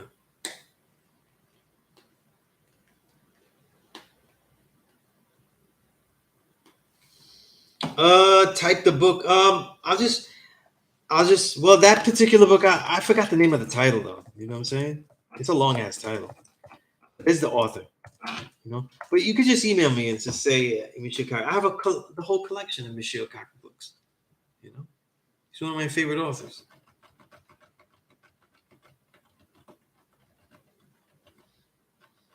Almost everything is an EPUB that I have, and those go into Google Play Books. And in Google Play Books, though, they have a thing called shells. So you could actually make shells of all the books you have. That helps because I have like 6,000 in there and shit. And I put everything into different shelves: science, history, all current events, which is really to me like just like books on journalism. You know, histories that are more newer. You know, things like that. I separated some of them. Like I separated my history and I give extra categories like history, Native American history, something like that, because I had a lot of books on that. So I just separated it. Then I have shelves with just the books that I'm reading now. You know what I'm saying? Of each subject. So I you know, sports bios, music books, music bios. Like I've separated everything into shelves and everything like that. You know what I'm saying? And make everything easier to read and find, you know? So that's what I was saying about the thing. It's a really important thing.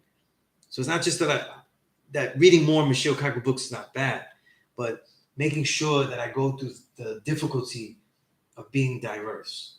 Because other people's science books might be just as useful. They are just as useful, but they're not going to be as fun to read. But I got to read them too. You know what I'm saying? I'm reading genetics books now that's fucking boring. and I'm reading the physics books by Sean Carroll. He's such a boring ass author. You know what I'm saying? But there's a lot of useful stuff. So what happens when they're boring, I end up reading like, all right, I'll go for 10 right now. And I'll switch up to another book. But at least I give it 10, you know what I mean? Like how far can I go before I just lose concentration and just hate it? You know? And then I go there, you know what I'm saying? You know? But reading a certain amount of books every year, that's what keeps me disciplined to finish the books instead of just keep hopping. But sometimes I read, guys, like yesterday, what was it? Today's Thursday, yeah. Yesterday I read over, because I write down everything I do. Yesterday I read 111 pages. So I loved it. I had extra time to read. But I may have read about 7 different books yesterday. Mm. You know what I'm saying? So I just kept switching from different books, and I was like, I gotta catch up on my reading. I have the time, and it's funny because I was trying to write a song, but I was forcing it for the solo album because I just did one, and then I was like, let me do another one. But then it was just in a hear stage. Like I have the beat, and I'm just hearing it, and I know what I want to do, but I don't know how to do it. So I just let it sit there, and I let go, and I went to reading, and my mind races. So I just keep going from different books to books, different music. I always play music when I read. I play music all the time. There's no silent moments in my life. You know what I mean? So I change the musics. I change the genres. I read to anything except hip hop music. Anything except hip hop. Because I don't want people talking to me. People talking to me while I'm reading. You know? But this keeps it fresh though. And then when you get into a groove, when you get into a groove, then you keep on with that said book. You know what I'm saying? Then you keep on with that said book. But that's how you develop a discipline. You know what I'm saying? It's like if you get bored working out though, just keep doing different exercises. Keep switching exercises. Same thing with studying. Like Yeah. the best way to retain information is to have multiple study methods. That's right, yeah. Understanding comes with application. So doing It's like, application- it's like you're training. Like some people don't like training and shit like that. But if you like just doing push-ups, then just do push-ups. Mm. Work your way to 1,000. You know? Just do push-ups. You know? Then add other things.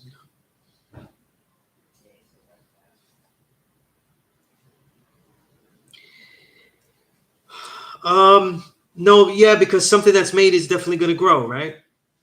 Because these are living things, right? So getting grown is the same context. Same context. Doesn't mean the same exact thing, but it's in the same vein of context.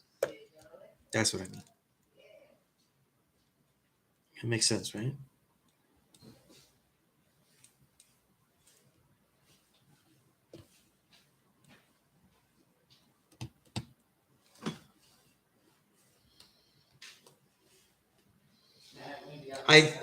That's great, Harmony. I still cringe when you say that you're listening to a book, though.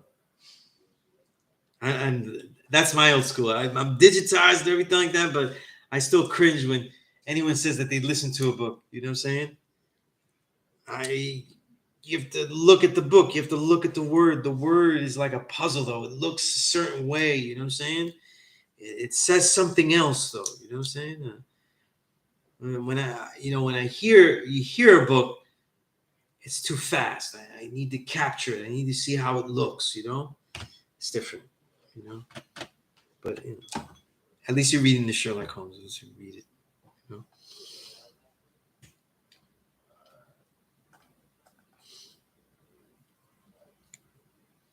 It's probably why I haven't really endeavored to make an audio book of my own books.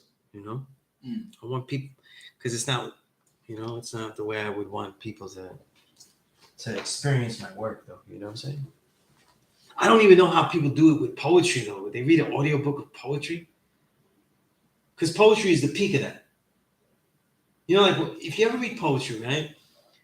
And you're like, this guy just wants to put it in some stupid spot. Like you read it, right? When they do stupid shit like that.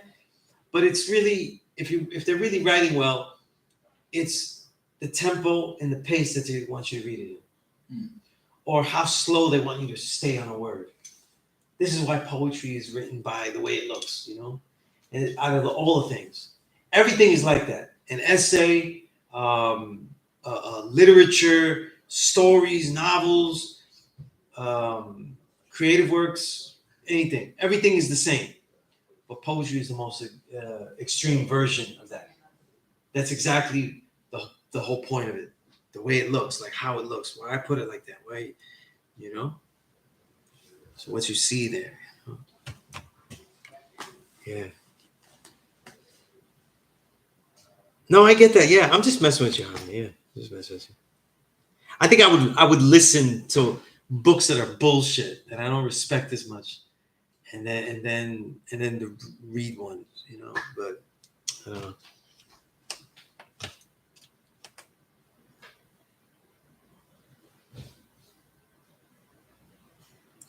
The grow definitely suggests that. You know what I'm saying? Definitely. The grow suggests more of the made out of love. You know what I'm saying? Yeah. No, God, I have yours, so that means it's gonna get listened. But remember, I intend to put it in my book, but I'm behind about maybe almost 100 albums, and everything gets listened to in order. So I'm not up to yours yet, But we got a lot of flood to do because it's already gonna be November, so I have to finish this book by the beginning of January. Programmed by society, that's peace. That's peace. Desde Borinquen.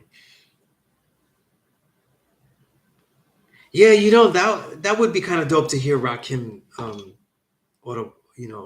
Yeah, that's dope. I'm just messing with you. I know some people did it, and I know a lot of people do it, you know what I'm saying? You know. I just love seeing the word there. You know what I'm saying? Oh, yeah, I love seeing it.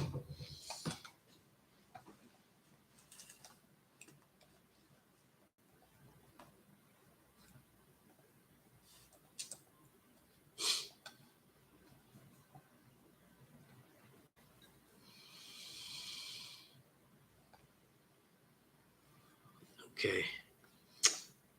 All right. If anybody has no more questions, right? Yeah. When it comes to music, though, I don't care about physical. Same thing with books. As with books, it's different because I could see the actual words, so it doesn't matter if it's digital or not. But with music, though, all I care about is hearing everything. There are people that are collectors, right? I don't care about collecting. I care about hearing everything. I want to hear everything. I have to hear everything. You know. So I'd rather give away. I'm thinking of an album I love. If somebody's give me the entire vinyl collection of Phyllis Hyman and Miles Davis, I would trade that easily for access to all the music that I could hear. This is why this stuff now, like people don't think, like when you get these Spotify or YouTube music. So I use YouTube music. There's so much access to hear everything. You know what I'm saying? That I have more access now than I ever had. You know what I'm saying? So I love it. I love it. We got to use all this stuff. There's too much at our fingertips. You know what I'm saying? Right? It's part of the reason why we have such addictive society on like stimulation. Yeah. There's so much way to get it. You can hear the first 5 seconds of the Yeah. song and skip it. I think people don't know how to do the knowledge. Exactly. They don't know how to absorb mass amounts of information. So they get caught up in algorithms and stuff. For me, I love it. I love it.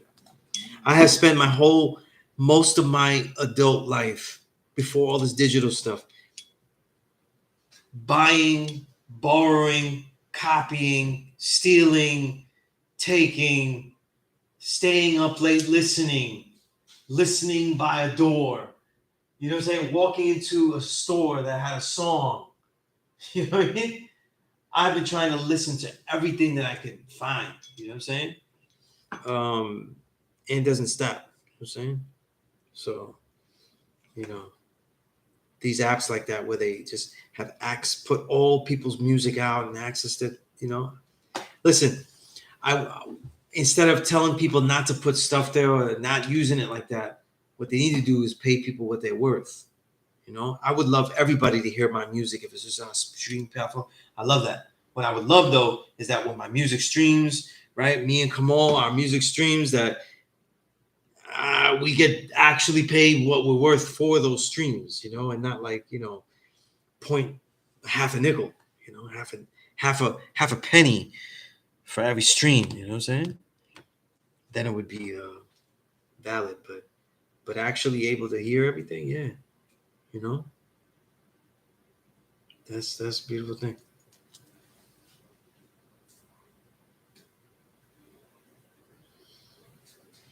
Yo, yeah, the Neil deGrasse Tyson. Yeah, Neil deGrasse Tyson. That's Star Talk Radio. That's a great podcast. I love that podcast. Yeah, that's a great one. It's fun too. It's fun podcast. I think Kaku had a podcast too, but I don't know if he's still doing it. That was good too.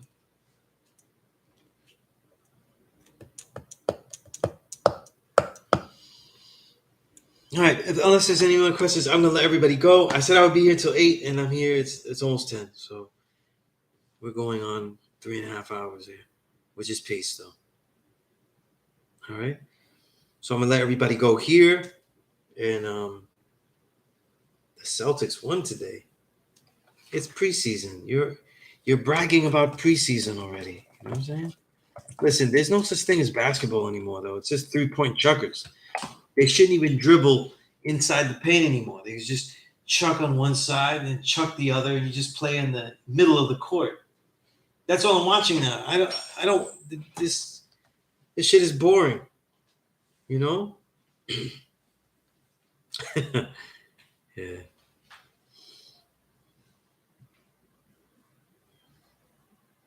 I don't think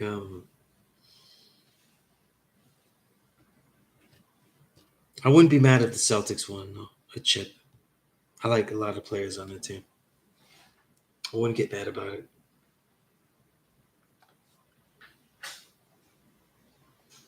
As long as LeBron doesn't win, who am I kidding though? As long as LeBron doesn't win, I'm okay.